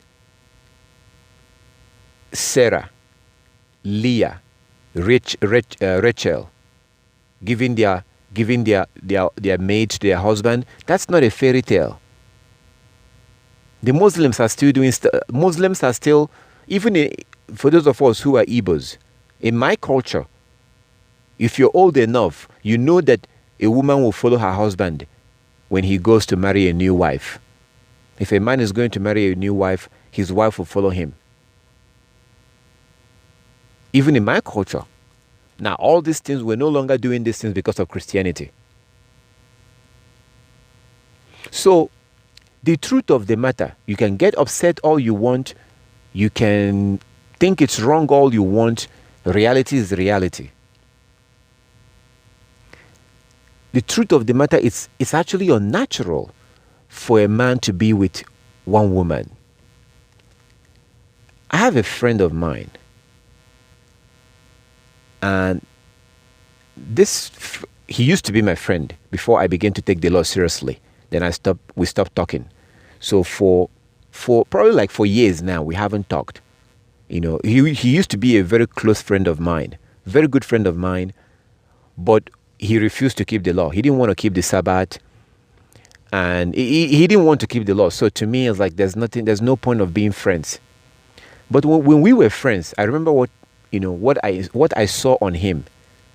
So this brother, because he's a Hebrew, I noticed that he doesn't have much interest on women. He has one wife, and he hardly talks to women. He doesn't have much interest. I would tell him my stories. He knows my stories. He knows my encounter with women. But he himself, he doesn't do it. So one day, he traveled. And then he called me on the phone. And he was like on the phone. He said, guess what? I was like, what? He said, oh, I was with this woman. And I was like, I was shocked. I was shocked because I didn't know him to be doing things like that. He told me what happened. He told me how, what happened, and he had sex with this woman, blah, blah, blah, blah. He was telling me this because he was my friend. Now, he has a wife. He has a wife, or a so-called wife. That's his, I don't think, that's not his wife, but I'm not going to go there. That was not his wife. But he lives with the woman as his wife. But in the sight of the Most High, she is not his wife.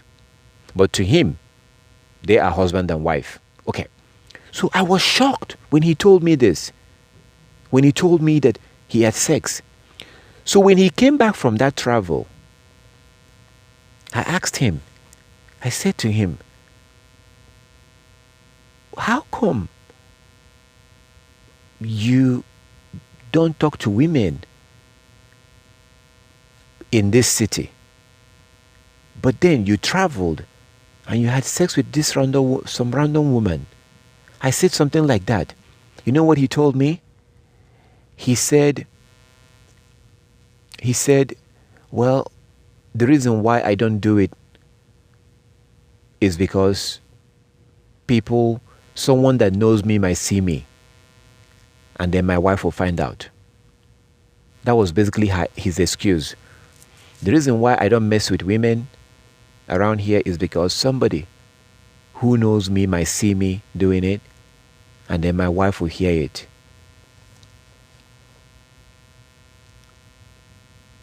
So in other words, I'm scared of my wife.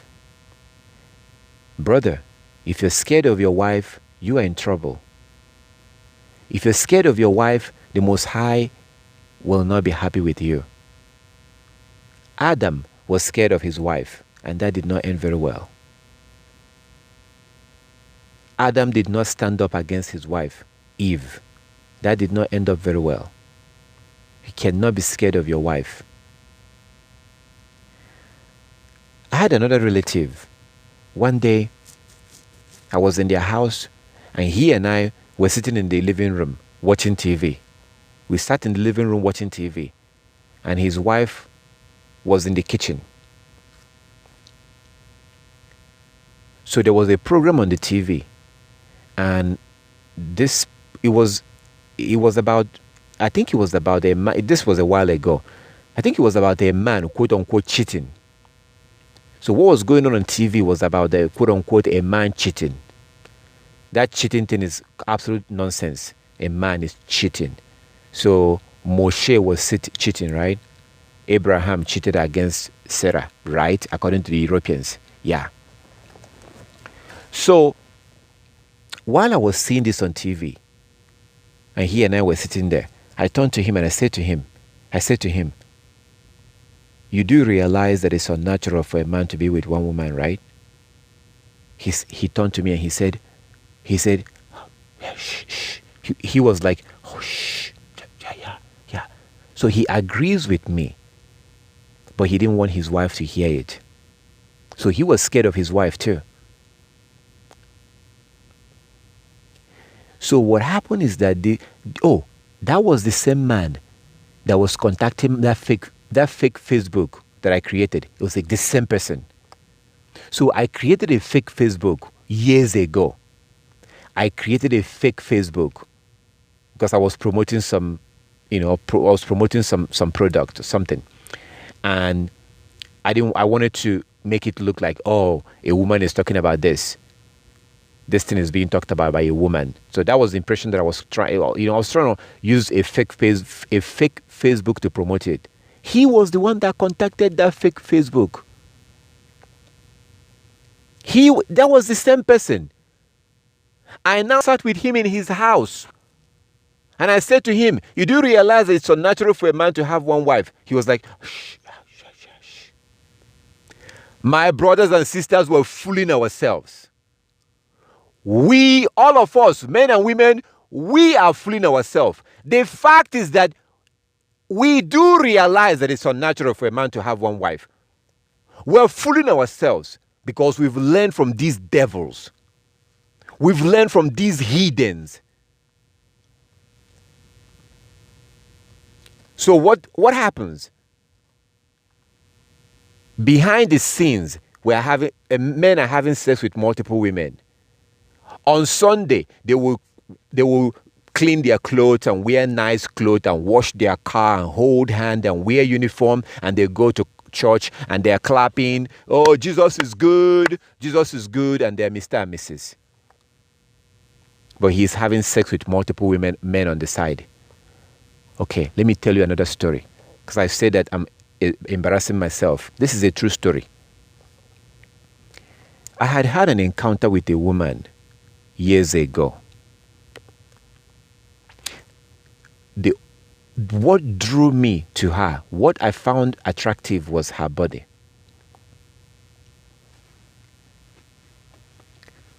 So I pursued her.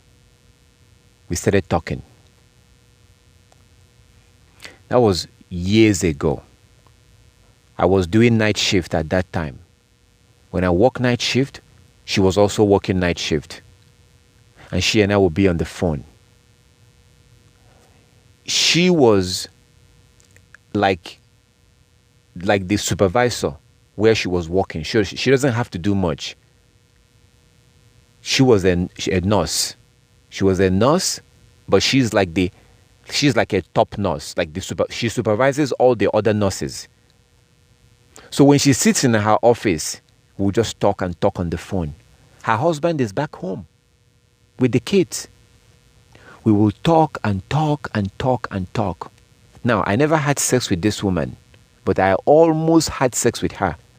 Almost. So I remember one time I drove to her job. We were always on the phone. At some point, I became worried that her husband might find out.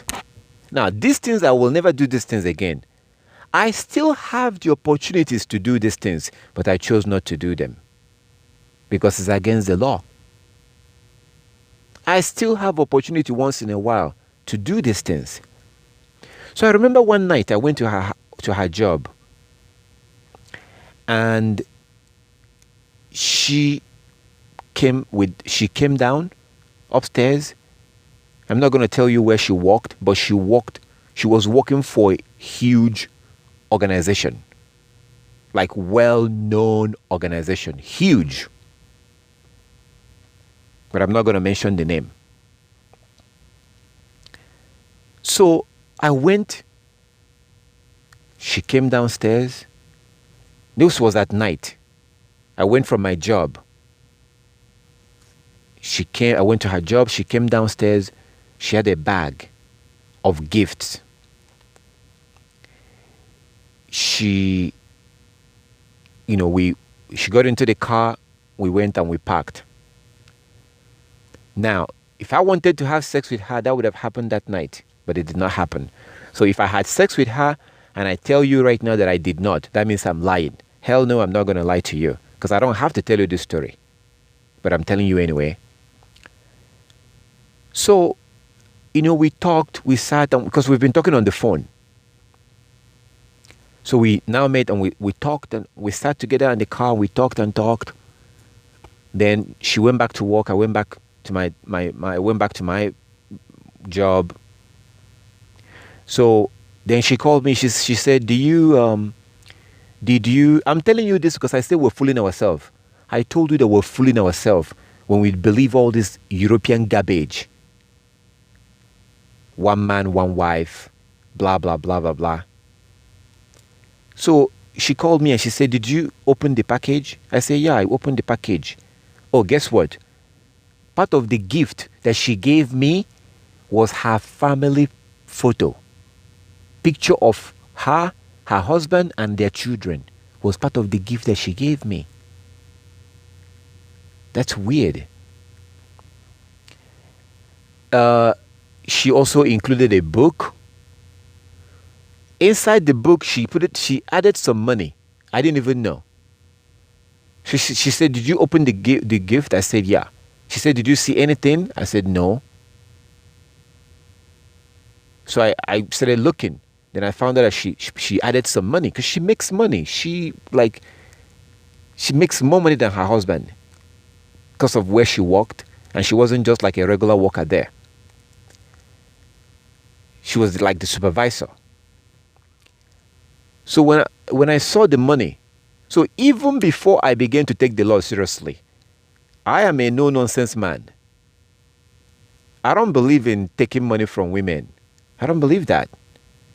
Yeah, so translation. I don't believe in selling my authority to you for your money. Keep your damn money. I don't care about your money. Because once I take your money, now I'm selling my authority to you. No. Then next, I can't tell you what to do.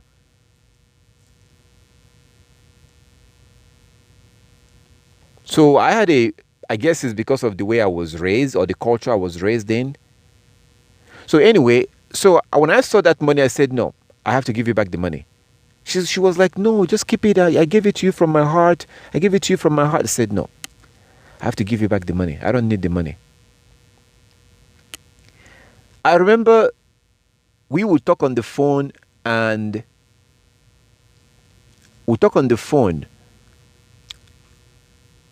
one morning, I remember exactly. She had a Bluetooth, so you wouldn't know that she's on the phone. She got home from work. Her husband was leaving. I could tell because I was on the phone and they were talking. So I was on the phone and they were talking and he didn't even realize that a man is on the phone. Oh, did I tell you how I became interested in her? Because of tight clothes, because of what she was wearing.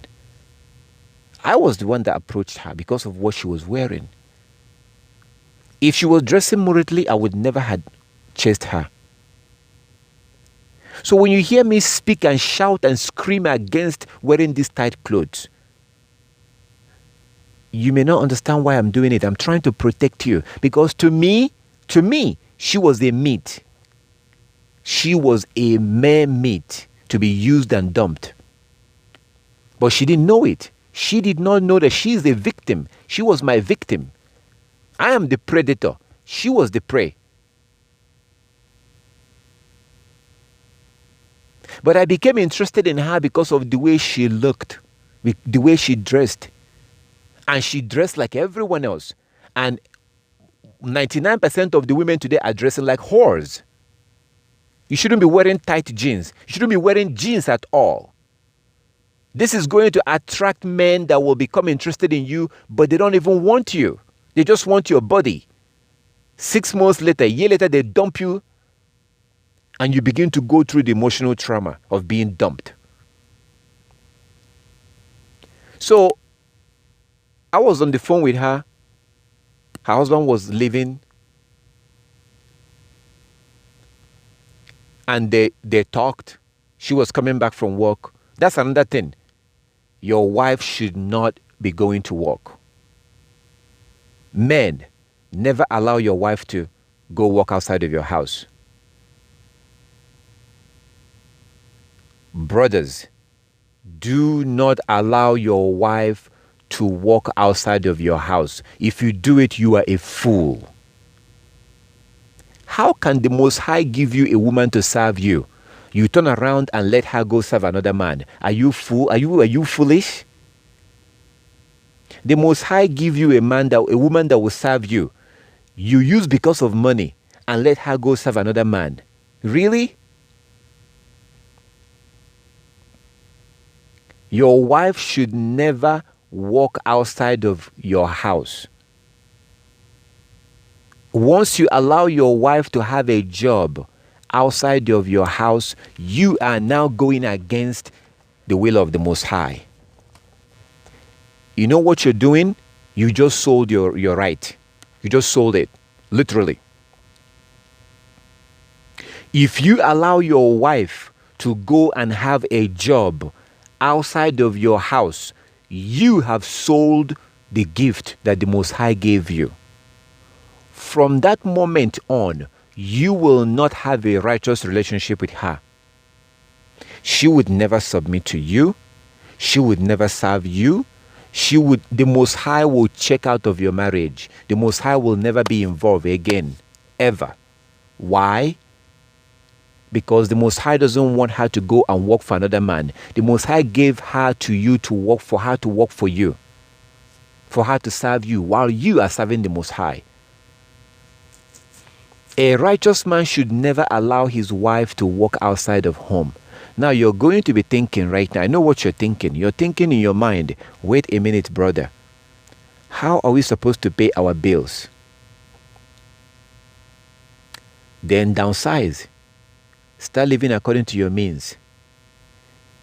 If your wife have to support you in order for you to survive, then you have a problem.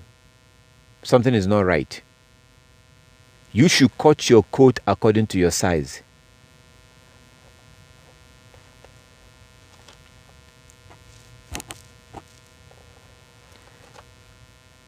This is part of the reason why I speak against the Europeans. Because the Europeans make it difficult for you to build your own house. The Europeans make it difficult for you to have a scale. These people are the children of Satan.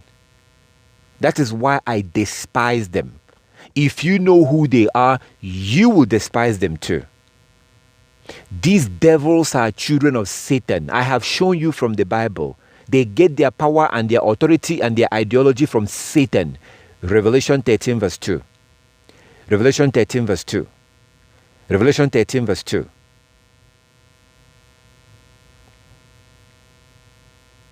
My brother, if you have your own house and that house belongs to you 100%, do you know what that means?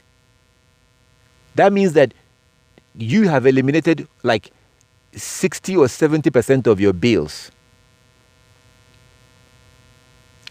I try to,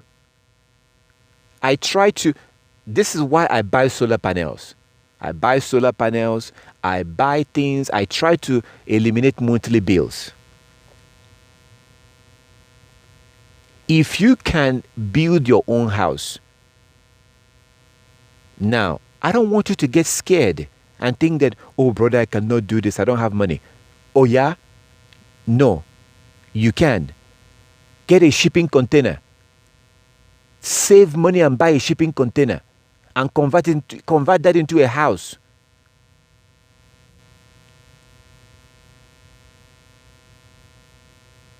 You get a 40-foot shipping container and you can always be adding. The beautiful thing is that you can always be adding more containers. You can even buy some woods and add more houses. The more kids you have, the more houses you add. The more wife you have, the more houses you add. That's the good thing about it. But no monthly payment, no rent, no bill, no mortgage. You save up money and buy a solar panel and put on the top. You have electricity.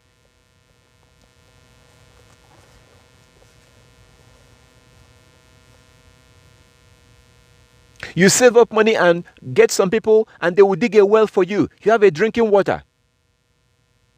Free of charge.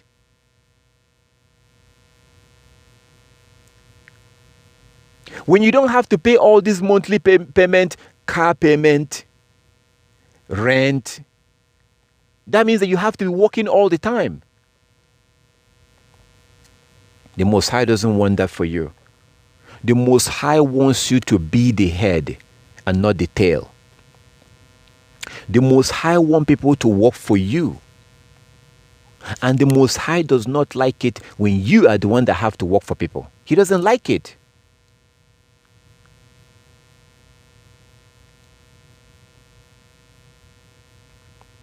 So naturally, we're supposed to own our own houses. Our ancestors built their own houses. I myself, who is talking to you, I have my own house. I bought a land, I built a house, I own it 100%.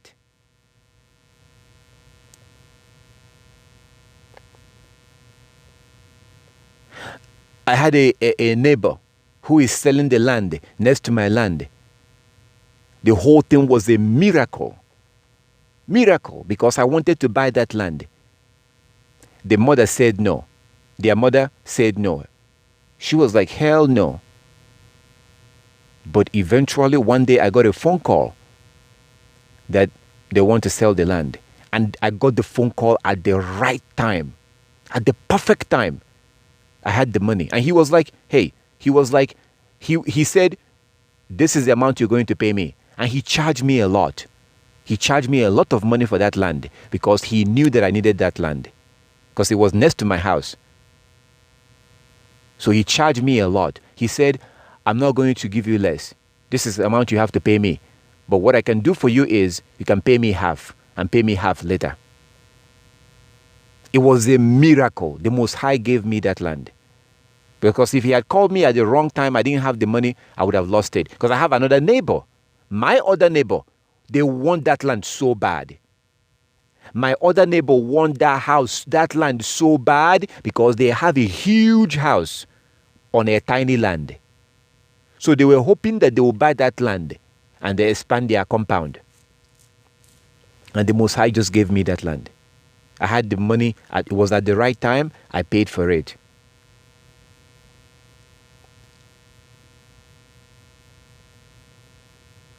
So eventually, I'm going to add in another house next to, by that, on that land.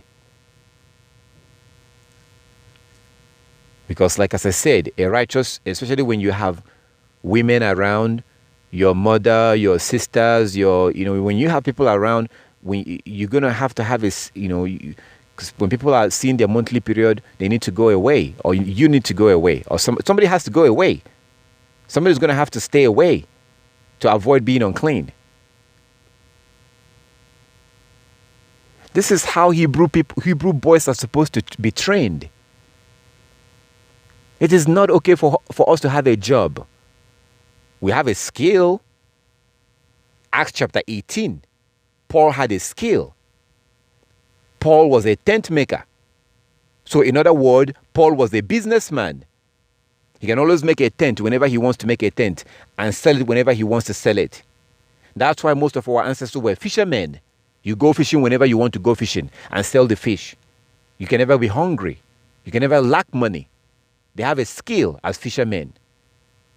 This idea of going to school, getting a certificate and getting a job, we're not supposed to do that nonsense. So if you happen to live in Europe or America, forget about having your own house because these devils make it so difficult. These devils make it so difficult for you they put all kinds of stumbling blocks on your way. Oh, you have to have this permit, that permit, building permit, this permit, that permit, because they don't want you to build your own house. That is why in America, the houses are owned by the banks. It is not an accident that they want you to make monthly payment. Because if you're making monthly payment, then you must have a job. If you own your own house, you don't have to have a job. There are some things that I cannot tell you right here. Or I cannot, because this is being recorded right now, so I cannot say certain things. Things that will benefit you, certain things I cannot give to the public. No, I can't. For you, the men, there's something I'm going to give you. Not right now. There's information I'm going to give you. If you want it so bad, you can call me privately. And I will give you a secret. This is a Hebrew secret, biblical secret. How to have easy life when it comes to your daily living. You don't have to have a job. But if you don't know these things, and I know these things because of the law. If you don't know these things, you don't know what to do. You have a job, you're working Monday through Friday or something, or somebody is giving you a schedule, you're barely trying to keep the Sabbath. You have to always be working to survive because you have rent to pay. You don't have to pay rent.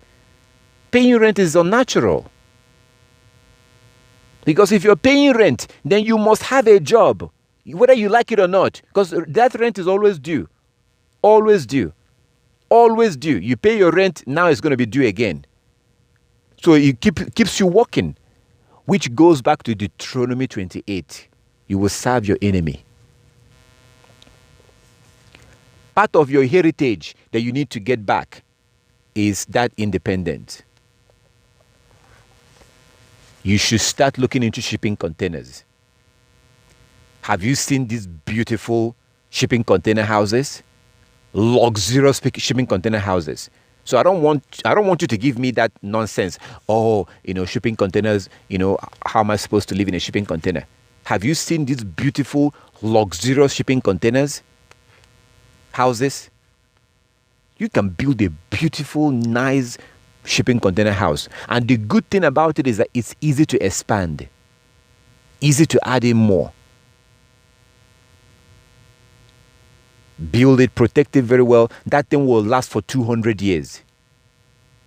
You don't have to worry about fire collapsing or fire or whatever. No, it's heavy on the ground. All you need to do is to pour concrete on the ground and put it on that concrete.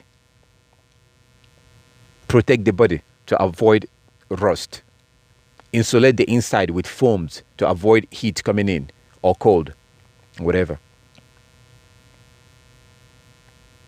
The Most High made things so easy for us. Hey, what is that Hosea say? Hosea, my people perish for lack of knowledge. We're suffering today for lack of knowledge. We are suffering for lack of knowledge. We're supposed to have easy life. We're supposed to be lending to people. So when you understand these things and begin to apply these things, you would have a very easy life. Very, very easy life. You wouldn't have to have a job. You don't need to have a job. You don't need to have a job if you don't have to worry about rent. You know, once in a while you could do something or make something or something and sell it, or have a couple of animals and sell them, whatever. You know, life will be easy. In that way, your wife will not have to work. Why would she be working? You can handle your bills. You cannot handle your bills when you have a huge house, you're paying mortgage. You're paying car note, making monthly payment on cars. That's ridiculous. Don't pay car note. Never make monthly payment on a car. Save money and buy a car and pay cash. Avoid monthly payment. You will enslave yourself.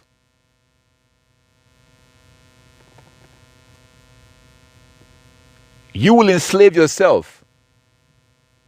If you can avoid rent and have your own house, and then do the other secret that I'm not going to give that secret away. I can only give it to those who are keeping the law.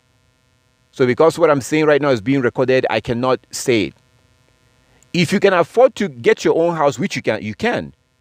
Save money, get a shipping container, get a place, get a land, put the shipping container, rent is done. No more rent. And then you apply the other thing that I'm not going to tell you right now. That's it. You wake up in the morning, you're like, okay, you know what, let me sleep a little bit more. No more bills. Your cell phone needs to become prepaid. Your phone should be prepaid, meaning that no monthly payment. So you only pay when you want to pay. These things will allow you to easily keep the law. These are things that these young boys will be learning on the Hebrew school. These boys will be 16 years old with their own wives. 16 years old, already owning their own house. The Most High, all these things are basically hidden in the scriptures, hidden behind the laws. But you will never be allowed to know it until you start keeping the law. So you might be surprised. Wow, brother, you say that you will not give certain information away. Yeah. You know, like they will say, the same way the Most High told Prophet Ezra, in the second Ezra, the Most High told Prophet Ezra, don't give everything that you wrote to the Israelites. Take some of the books and hide it. Keep it secret. Don't let everybody read that book. So even the Most High cannot allow all Israel to know everything. The good information, beneficial information, he only gives to those who are being obedient. So there are certain things that I cannot just tell anybody or everybody. I might share it with you privately, but I cannot speak to the public or make a video and then some filthy Gentile who doesn't keep the law will listen and then learn and then apply it to their life and then benefit from that. No. If you don't want to keep the law, then you should not enjoy all the benefits that the Most High gave to his people. A Hebrew who doesn't want to keep the law should not be allowed to enjoy the benefit that is meant for those who are keeping the law. So you should never, ever, the day you allow your wife to go and walk outside of your house. What do I mean by walk outside of your house? Meaning that she has a job and she has to go work for somebody. As in like go to work in an office or work in a factory. That kind of job, no, never allow that. Never allow it. Because the primary purpose of your wife is to serve you, to work for you. Example, Proverb 31. Look how busy that woman is. Go and read Proverb 31 and see how busy she is. But she was busy working for her husband. So you cannot allow your wife to go work for somebody else when she was meant to work for you. So that's the gift that the Most High gave you. You cannot allow another man to get that gift and then give you money. As soon as she begins to walk outside of the home, she cannot walk outside of the home and then come back and cook for you and submit to you. That you can't eat your cake and have it. You cannot eat your cake and have it. She cannot go to work exhausted, tired, then come back and go back into the kitchen, standing for hours cooking. No. And if she's working and making that money, your wife is supposed to depend on you. So now she cannot depend on you like that. It's all messed up. We are in a situation that the Most High described in the book of Jubilees chapter 1. Jubilees chapter 1. We're in that situation today. But the reason why you have to be in this situation, the reason why we have to be in this situation is because we have this bill, you have to pay this bill, you have to pay that bill, you have a car note, you have a rent, you have a mortgage. So you cannot pay it by yourself. So you need your help of your wife to pay it. And as soon as she doesn't depend on you, as soon as you're no longer providing for her and she has to go and work and make the money herself, she can no longer respect you the way she's supposed to respect you. She can no longer submit to you the way she's supposed to submit to you. She can no longer work for you the way she's supposed to work for you. You cannot eat your cake and have it. She cannot go out and work and exhaust herself and then come back and you expect her to do the same thing at home. No. So what do? Try to reduce your bills. You may have to move away from where you are. Move to a different place where you will be able to, you yourself can handle your bills so that she doesn't have to work. And most importantly, if you have children, her attention will be focused on your children. That's a lot of work, raising children. That is already too much for her already.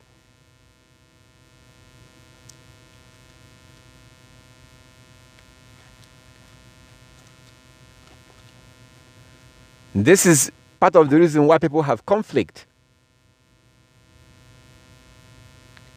You're working and making money. She's working and making money.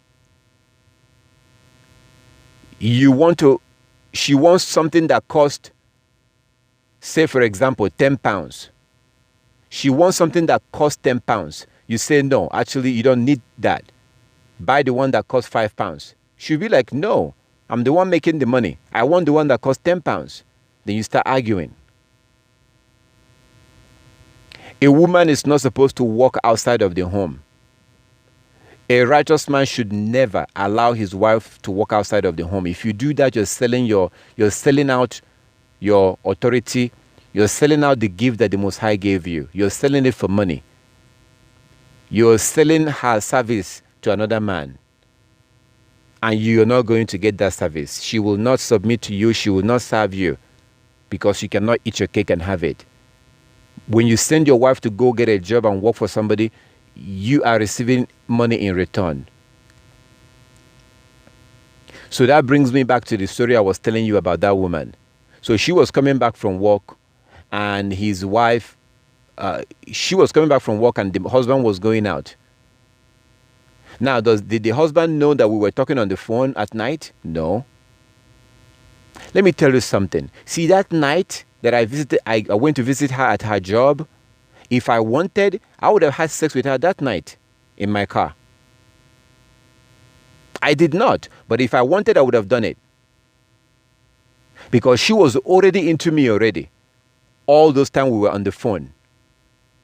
She was already building emotions for me.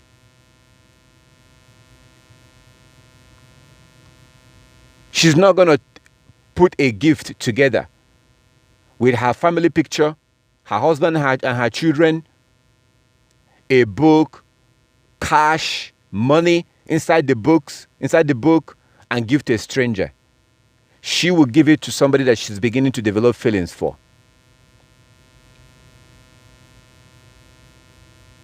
So if I wanted that night, I would have had sex with her that night. And she will go home in the morning and her husband will not know. Did I say that your wife shouldn't go to work? Do you know the kind of abomination that goes on in this workplace? Look at Gentiles. A woman is working in a corporation. And then sometimes she would travel with her co-workers on conference. They travel together on conferences. These people are having sex with their co-workers in that hotel at night. They go to the conference in the daytime. At night, they go to the bar at the hotel. They start drinking. Before you know it, this co-worker will sneak into her bedroom. Before you know it, one thing will lead to another. They're having sex. Then they go back home from the conference. Your wife is out there having sex. This is what is happening to the Gentiles. Will this woman be able to be on the phone with me at night if she was at home? No.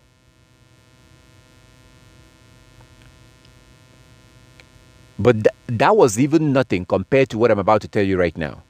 So the more we talked on the phone, the more we talked and talked, we went to the next level. I said to her, I want you to visit me. But I don't even want you to spend like few hours.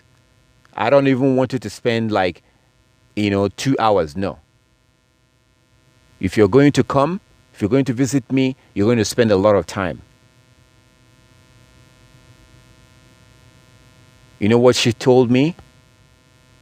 She said, basically we began to make the plan. She said, okay. She said, because I work night shift, my shift starts from 7. I work from 7 in the evening to 7 in the morning. But sometimes I do overtime. Sometimes I work overtime at my job. So what I can do is I can tell my husband that I'm going to be working overtime. So when I work overtime, I start from 4 p.m.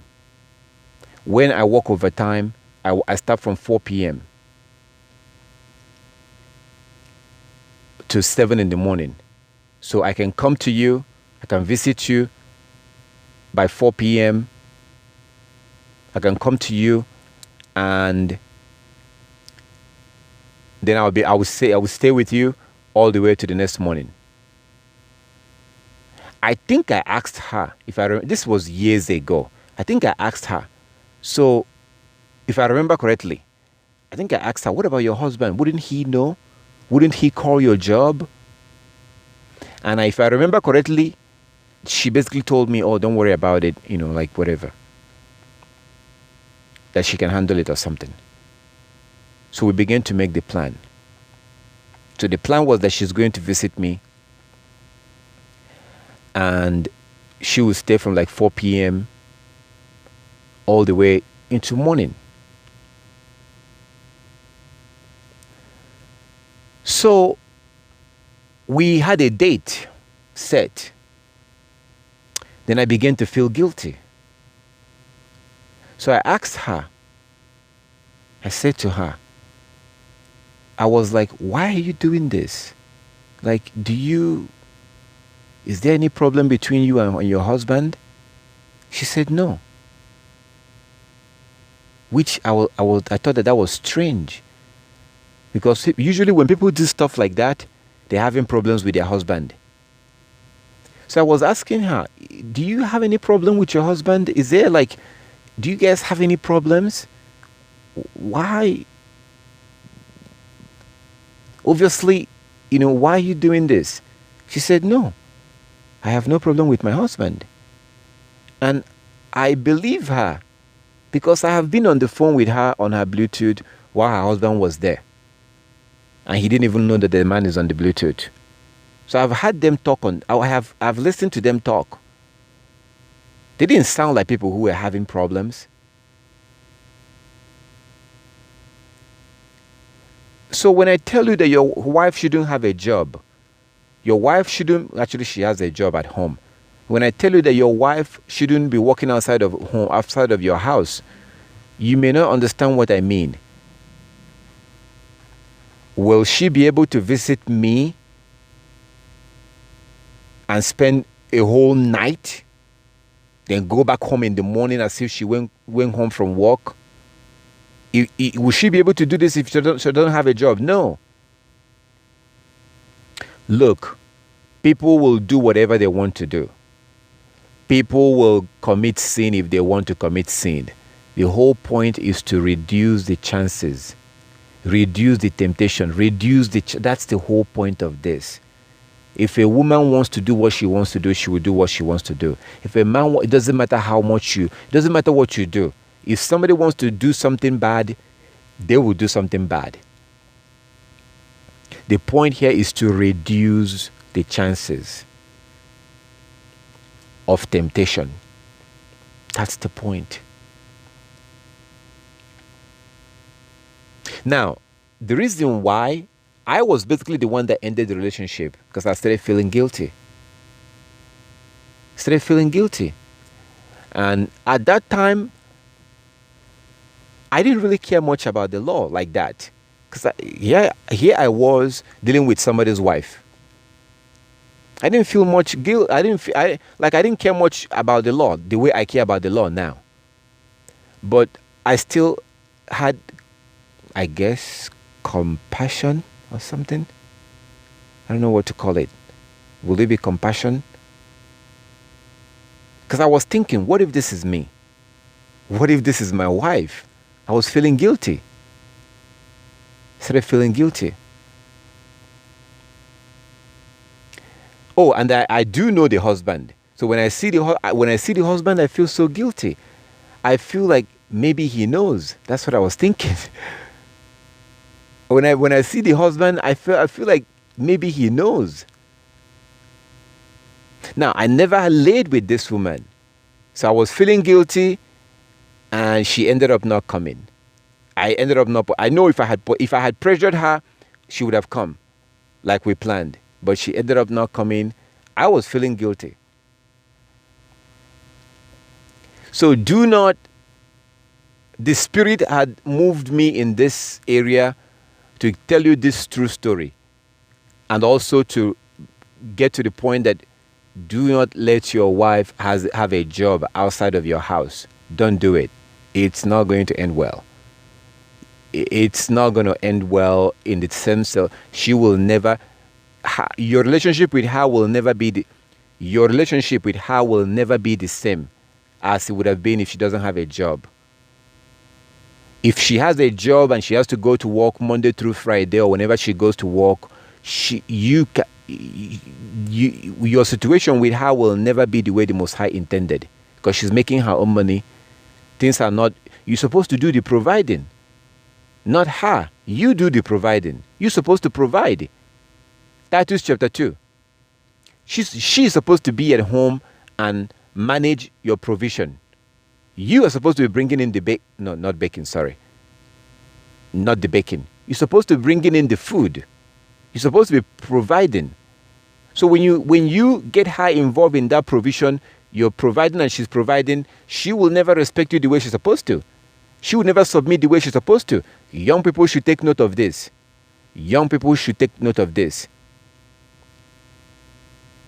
And you have to prepare young people so that they don't have to find themselves in a situation where they have to need the help of their wife to survive. Raise them the right way. Let them have a skill. Let them have their own house So in that way, there will not be any need for their wife to have to go work, because they will never have biblical marriage or relationship if their wife is working. Now this brings me back to the men themselves. The reason why I went to tell you this story is because I told you we're fooling ourselves. We are fooling ourselves. This woman will get ready on Sunday and go to church with her husband. And they are like one husband and wife, right? Husband and wife. But behind the scene, she's doing this thing with me. Now, who knows what her so-called husband was doing too? This is what we're doing today. We're fooling ourselves. So, the idea of one man, one wife is it's not natural. Like as I said, like basically, a woman was created to be with one man. Even the way we relate emotionally.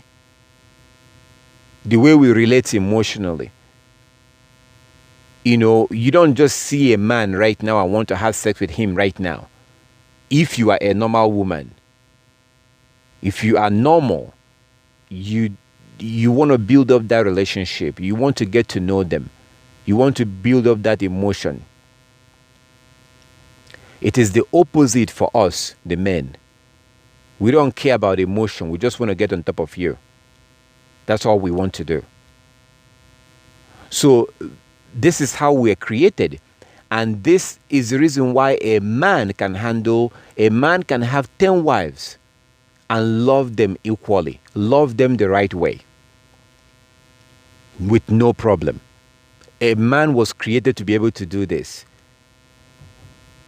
It is unnatural for a man to have only one wife. That is what we're doing today, but it's unnatural. And at the end of the day, the reality, the fact of the matter today, is that today men are having multiple women outside. So we're pretending, we're fooling ourselves. Men are not okay with one wife. They say they are. They pretend as if they are. They're still looking outside for women. That is the reality today.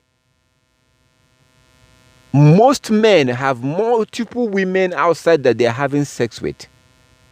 But they come home and pretend, and we go to church and pretend one wife, one husband, one wife. We're fooling ourselves. It's unnatural.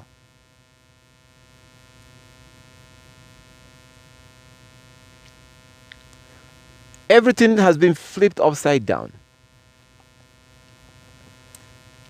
So, you might be wondering why I don't promote polygamy.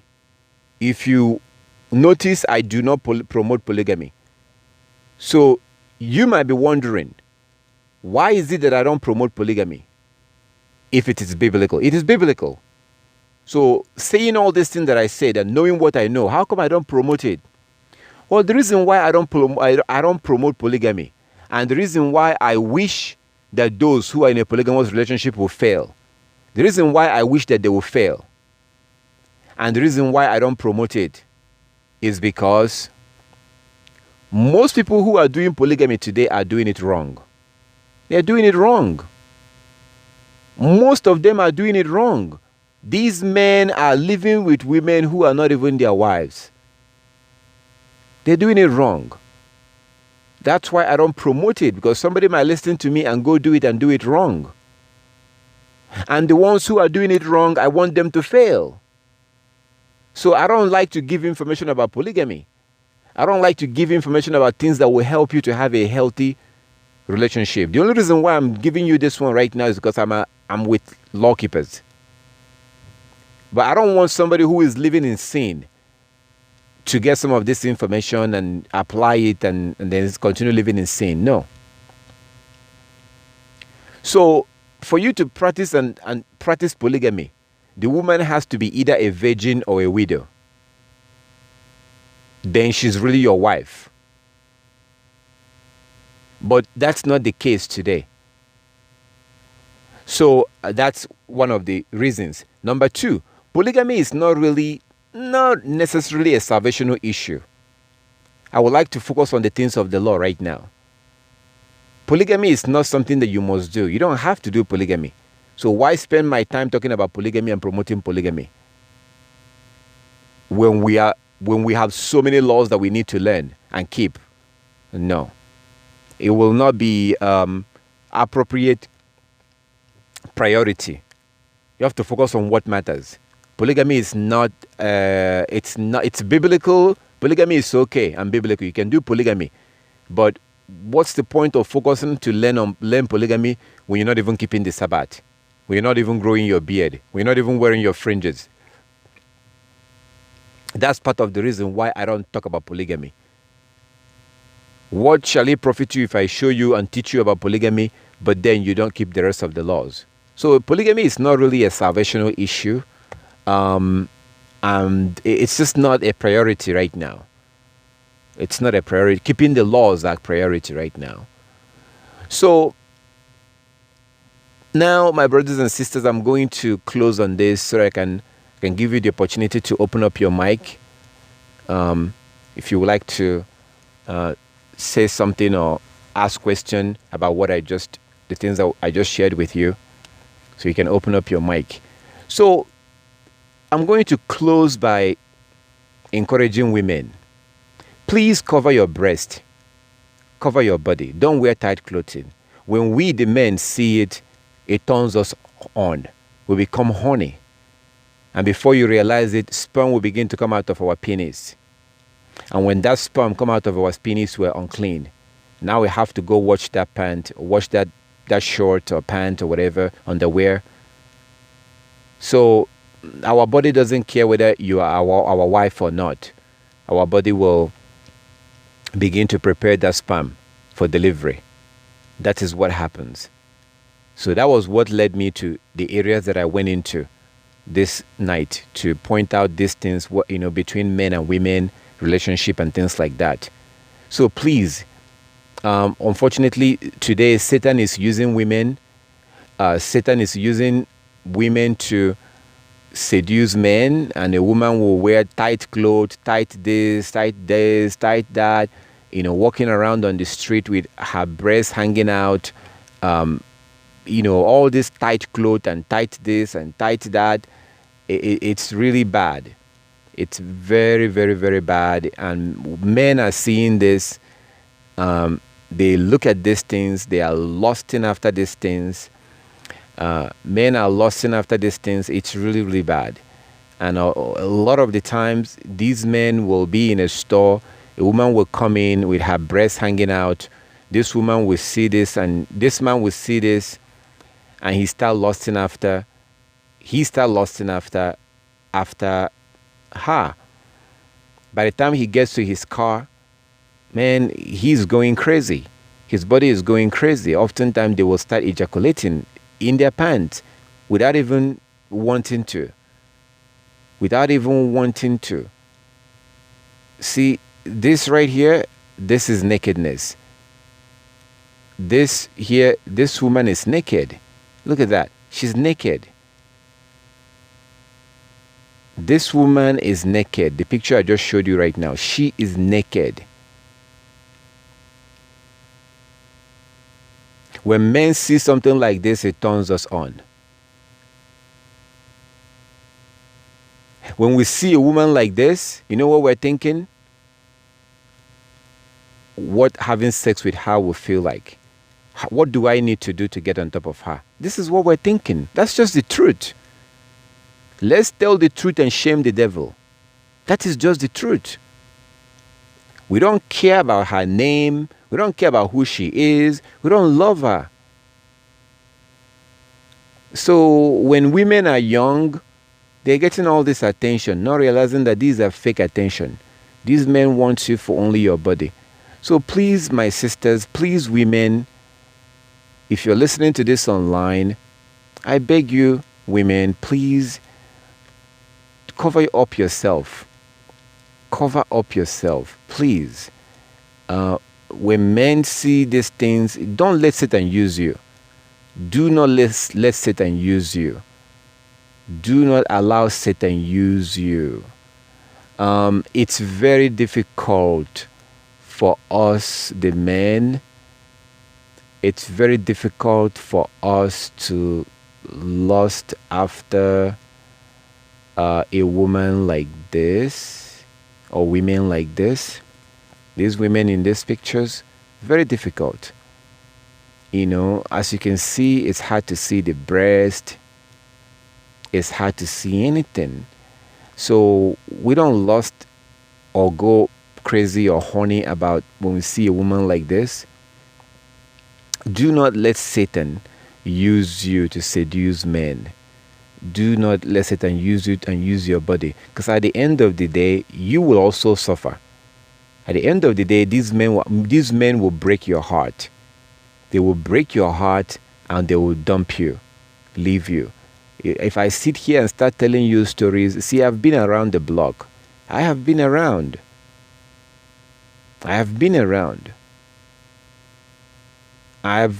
Because of the way a woman would dress, that will get my attention. I would chase her. I would get her. Eventually, I would dump her, and then she'll start calling and crying. Because she had all this impression. She has this impression that, you know, we're going to be together. We're going to be together. That's what she's thinking. No. I became interested because of your body, because of those tight clothes that you're wearing. So if you let Satan use you, eventually you will regret it, like Eve in the garden. Eve allowed Satan to use her, and Eve regretted it. Please, my brothers and sisters, I'm doing this to protect you. I am doing this to protect my sisters. I have been there. I have been a whoremonger. I have used my sisters as like prostitute. I've done this, and I'm telling you that the reason why I did these things, what God gets my attention is the way they dress. That's what gets my attention, and I will go for it. I will tell you exactly what you want to hear. I was smooth. I dressed well, dressed sharp, will give you the impression that you want. I looked good, went to the gym, exercised.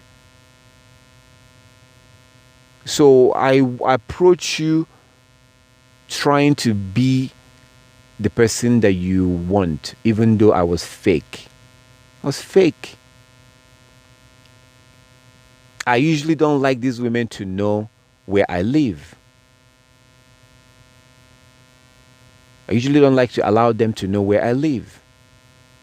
So my encounter with them is usually in their house or at a hotel.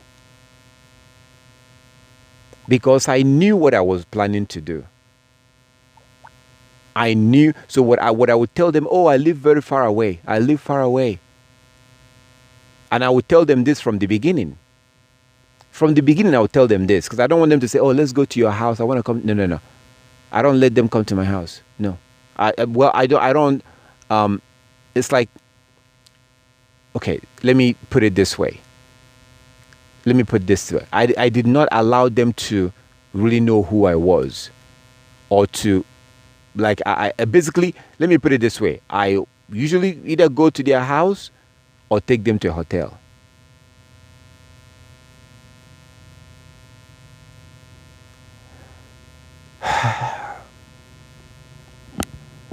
I'm trying to protect my sisters.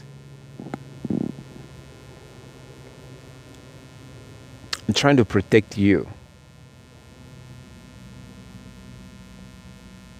There is no point in wasting, giving yourself, giving your body, giving your mind, giving your soul to somebody who will disappear in 6 months, or disappear in 1 year, or disappear in 2 years. There's no point. You might as well just be by yourself. Because each time your heart is broken, that's very stressful. I've had women that will call on the phone and crying and crying and crying. Had a woman call and cry.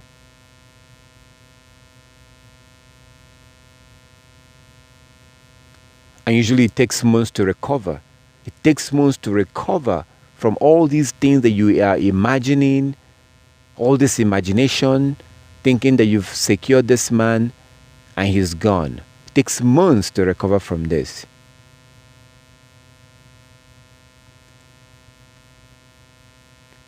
So while I'm trying to protect you, I'm also asking you to help us, the men. Please don't dress sexy. Don't dress sexy. It is dangerous. Dressing sexy is not good for you. You're also putting us in trouble. Because we are also committing adultery when we see you like that and we lust after you. It's all a loss situation for us. You lose, I lose. So even when I use you and dump you, I'm also committing adultery. That doesn't look good in the sight of the Most High.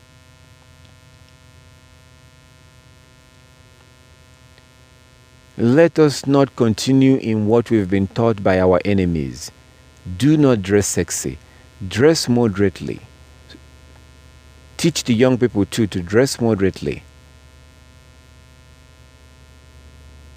And we, the men, are also being helped so that we don't have to see you and lust after you. Lust after you, and the next thing you know, we start thinking about sex. We start thinking about sex. And then the next thing you know, sperm is coming out of our body. And then now we are unclean. Now we are unclean. So please, my brothers and my sisters, please help your brothers. Help us. Do not buy into the lie of Satan. Do not buy into the lie of Satan. Don't buy into his lie. Don't dress sexy. Do not dress sexy. Don't. There's nothing good that comes out of that. Do not do that. This is the sister I was talking about. That's the sister I was talking about.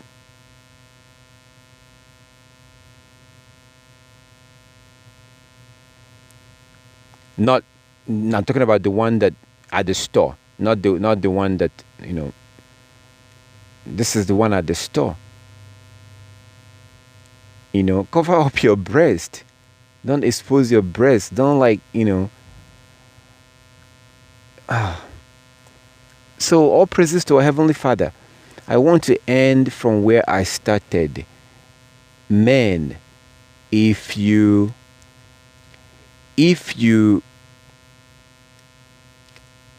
whenever sperm come out of your body, you're unclean.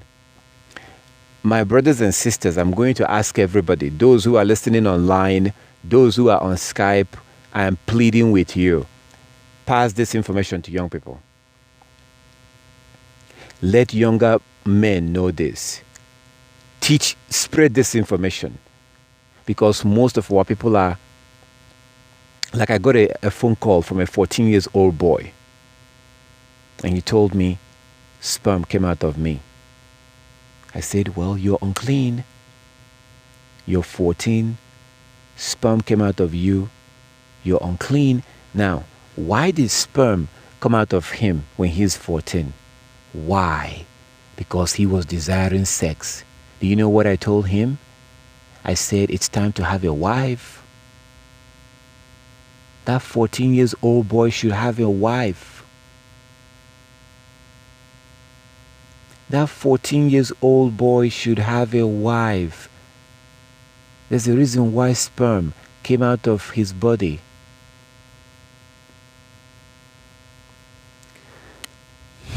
These people are desiring sex, and there's nothing wrong with that. He's not doing anything wrong. There's nothing wrong in desiring sex, but you have to do it with your wife or with your husband.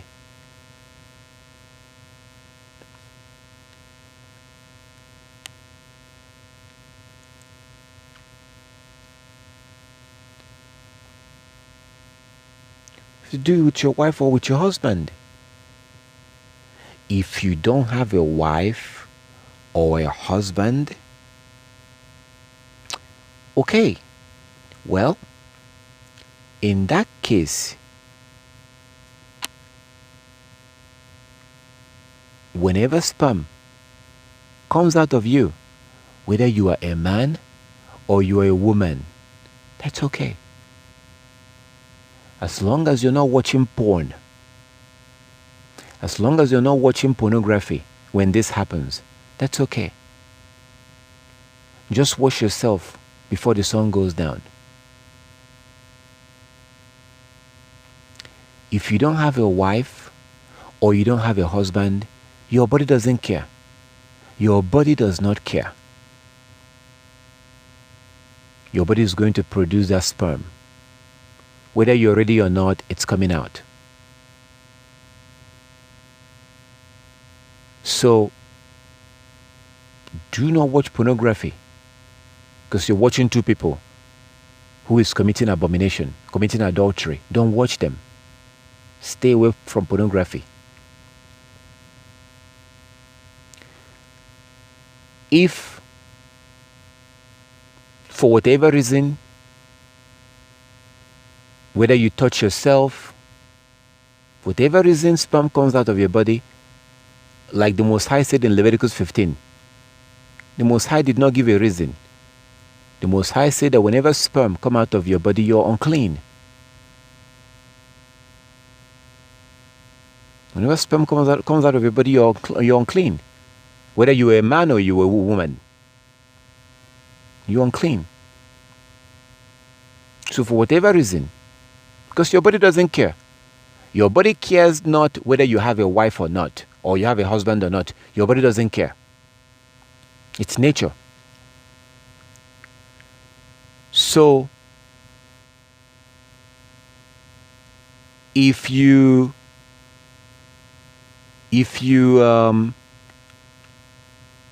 for whatever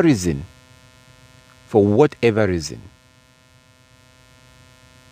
sperm comes out of your body, make sure you wash, whether you touched yourself or it was an accident, make sure you wash, take a shower. First, wash the clothes. Any towel, your pants, your underwear, anywhere that the sperm touches, you wash it. Wash it. And then take a shower. Put on fresh clothes. Do this before the sun goes down and you're good. Because sometimes, like that 14-year-old boy, his body doesn't care that he's 14.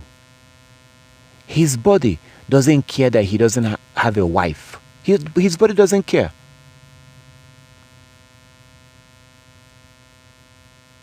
And as long as he's eating food and drinking water, his body is producing sperm.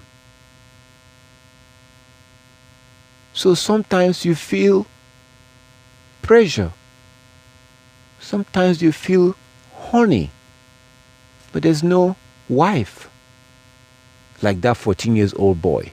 Sometimes you feel horny. But there's no husband.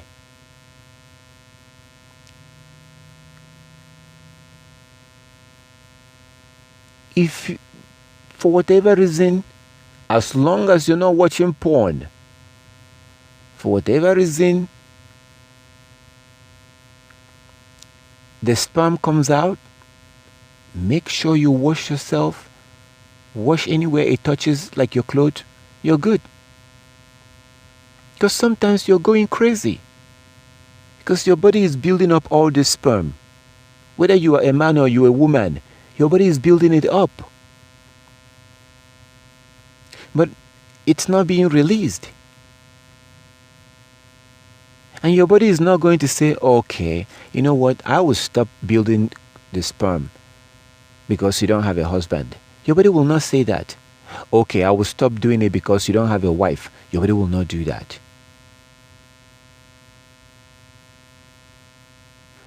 Remember that when you are unclean, you cannot touch the scripture.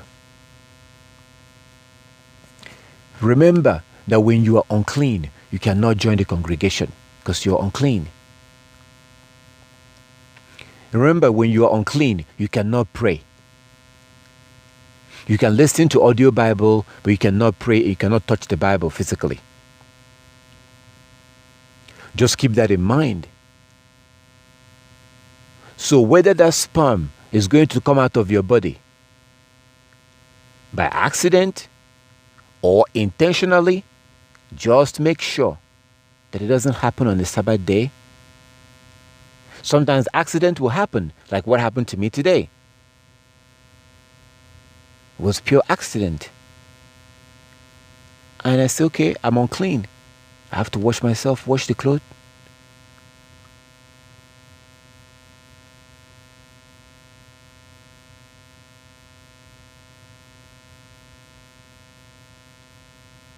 So sometimes people find themselves in a situation where they have no husband or they have no wife, but your body is still manufacturing the sperm. Your body is still manufacturing the sperm.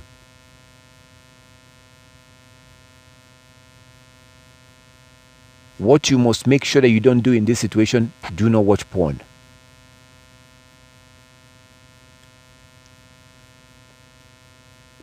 Don't watch porn.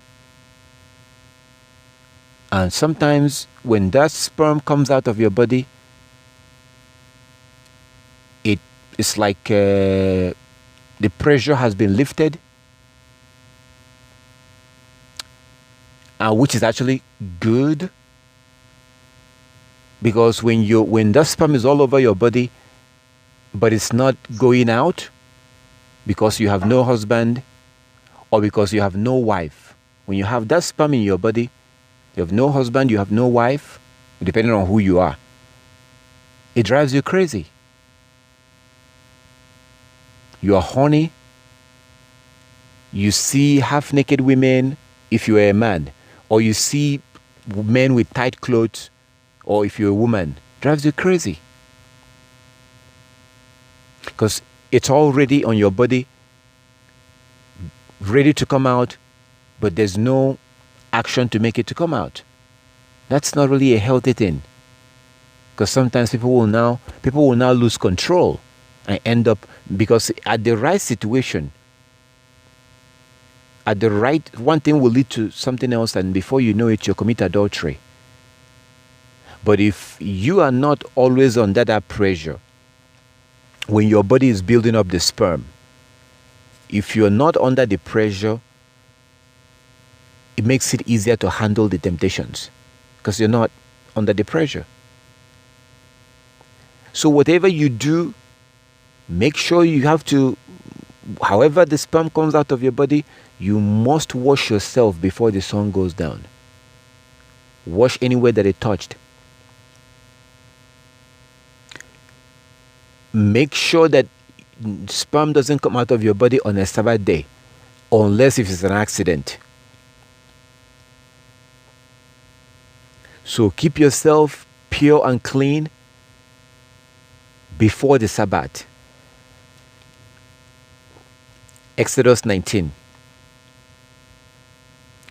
Exodus 19. When the Most High wanted to meet our ancestors,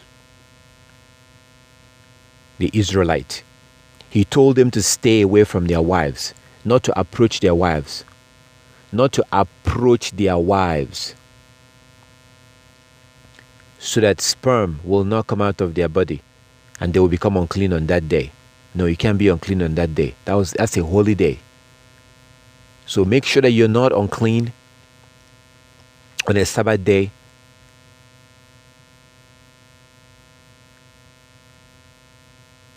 Like as I said. So when Christians will tell you, well, I don't want to call names, but if you're wise, you will know what I'm talking about. Your body doesn't care whether you have a husband or not. And your body doesn't care whether you have a wife or not. It's like when you're drinking water, your body is producing your urine. your pee, your urine. Your body doesn't care whether there's a toilet or restroom or bathroom or not. Your body doesn't care. When the time comes, whether you're ready or not, that urine will begin to come out of your body, whether you're ready or not. Just make sure you don't watch pornography. It's an abomination. You cannot sit down and be watching a man and a woman committing adultery and you're enjoying it. You cannot do that. We cannot do that. We cannot do that and claim that we love the Most High. We sit and we watch a man and a woman having sex. We know that this man is not her husband. They are both actors having sex for money. We cannot be watching that. The Most High hates what they're doing. We cannot take pleasure on wickedness. So whatever you do, do not watch pornography. But if the sperm comes out of you by accident, whether by accident or whether you touch yourself, just wash yourself. Wash yourself before the sun goes down. So all praises to our Heavenly Father. I thank the Most High for His love, His kindness, His mercy. Does anybody have any question relating to this before we go to other things? Oh, those of you who are here right now, do you have any question relating to this?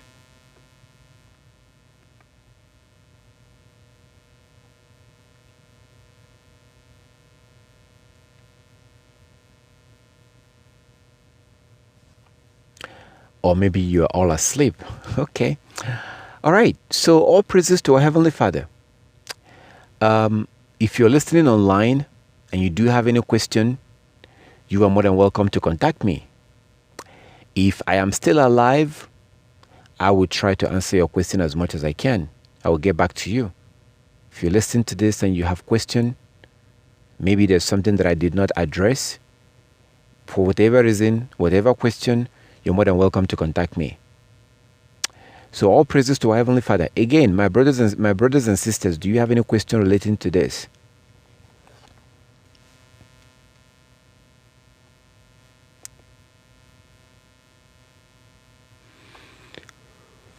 All right. So all praises to the Most High. I thank our Heavenly Father for His love and His kindness. Please, when you are unclean, wash yourself. And I really encourage you to read Leviticus chapter 15. Leviticus chapter 15. Read the whole chapter. Read the whole chapter to see what the Most High said there about clean and unclean. Read the whole chapter of the book of Leviticus chapter 15. And teach the young people too. Teach your son, teach your grandson, teach the women too. When a woman sees a monthly period, she's unclean.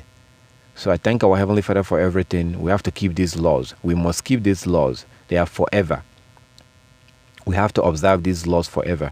And for those that do have any question, first, read Leviticus chapter 15. And then you can try and contact me if you have any question. All praises to our Heavenly Father.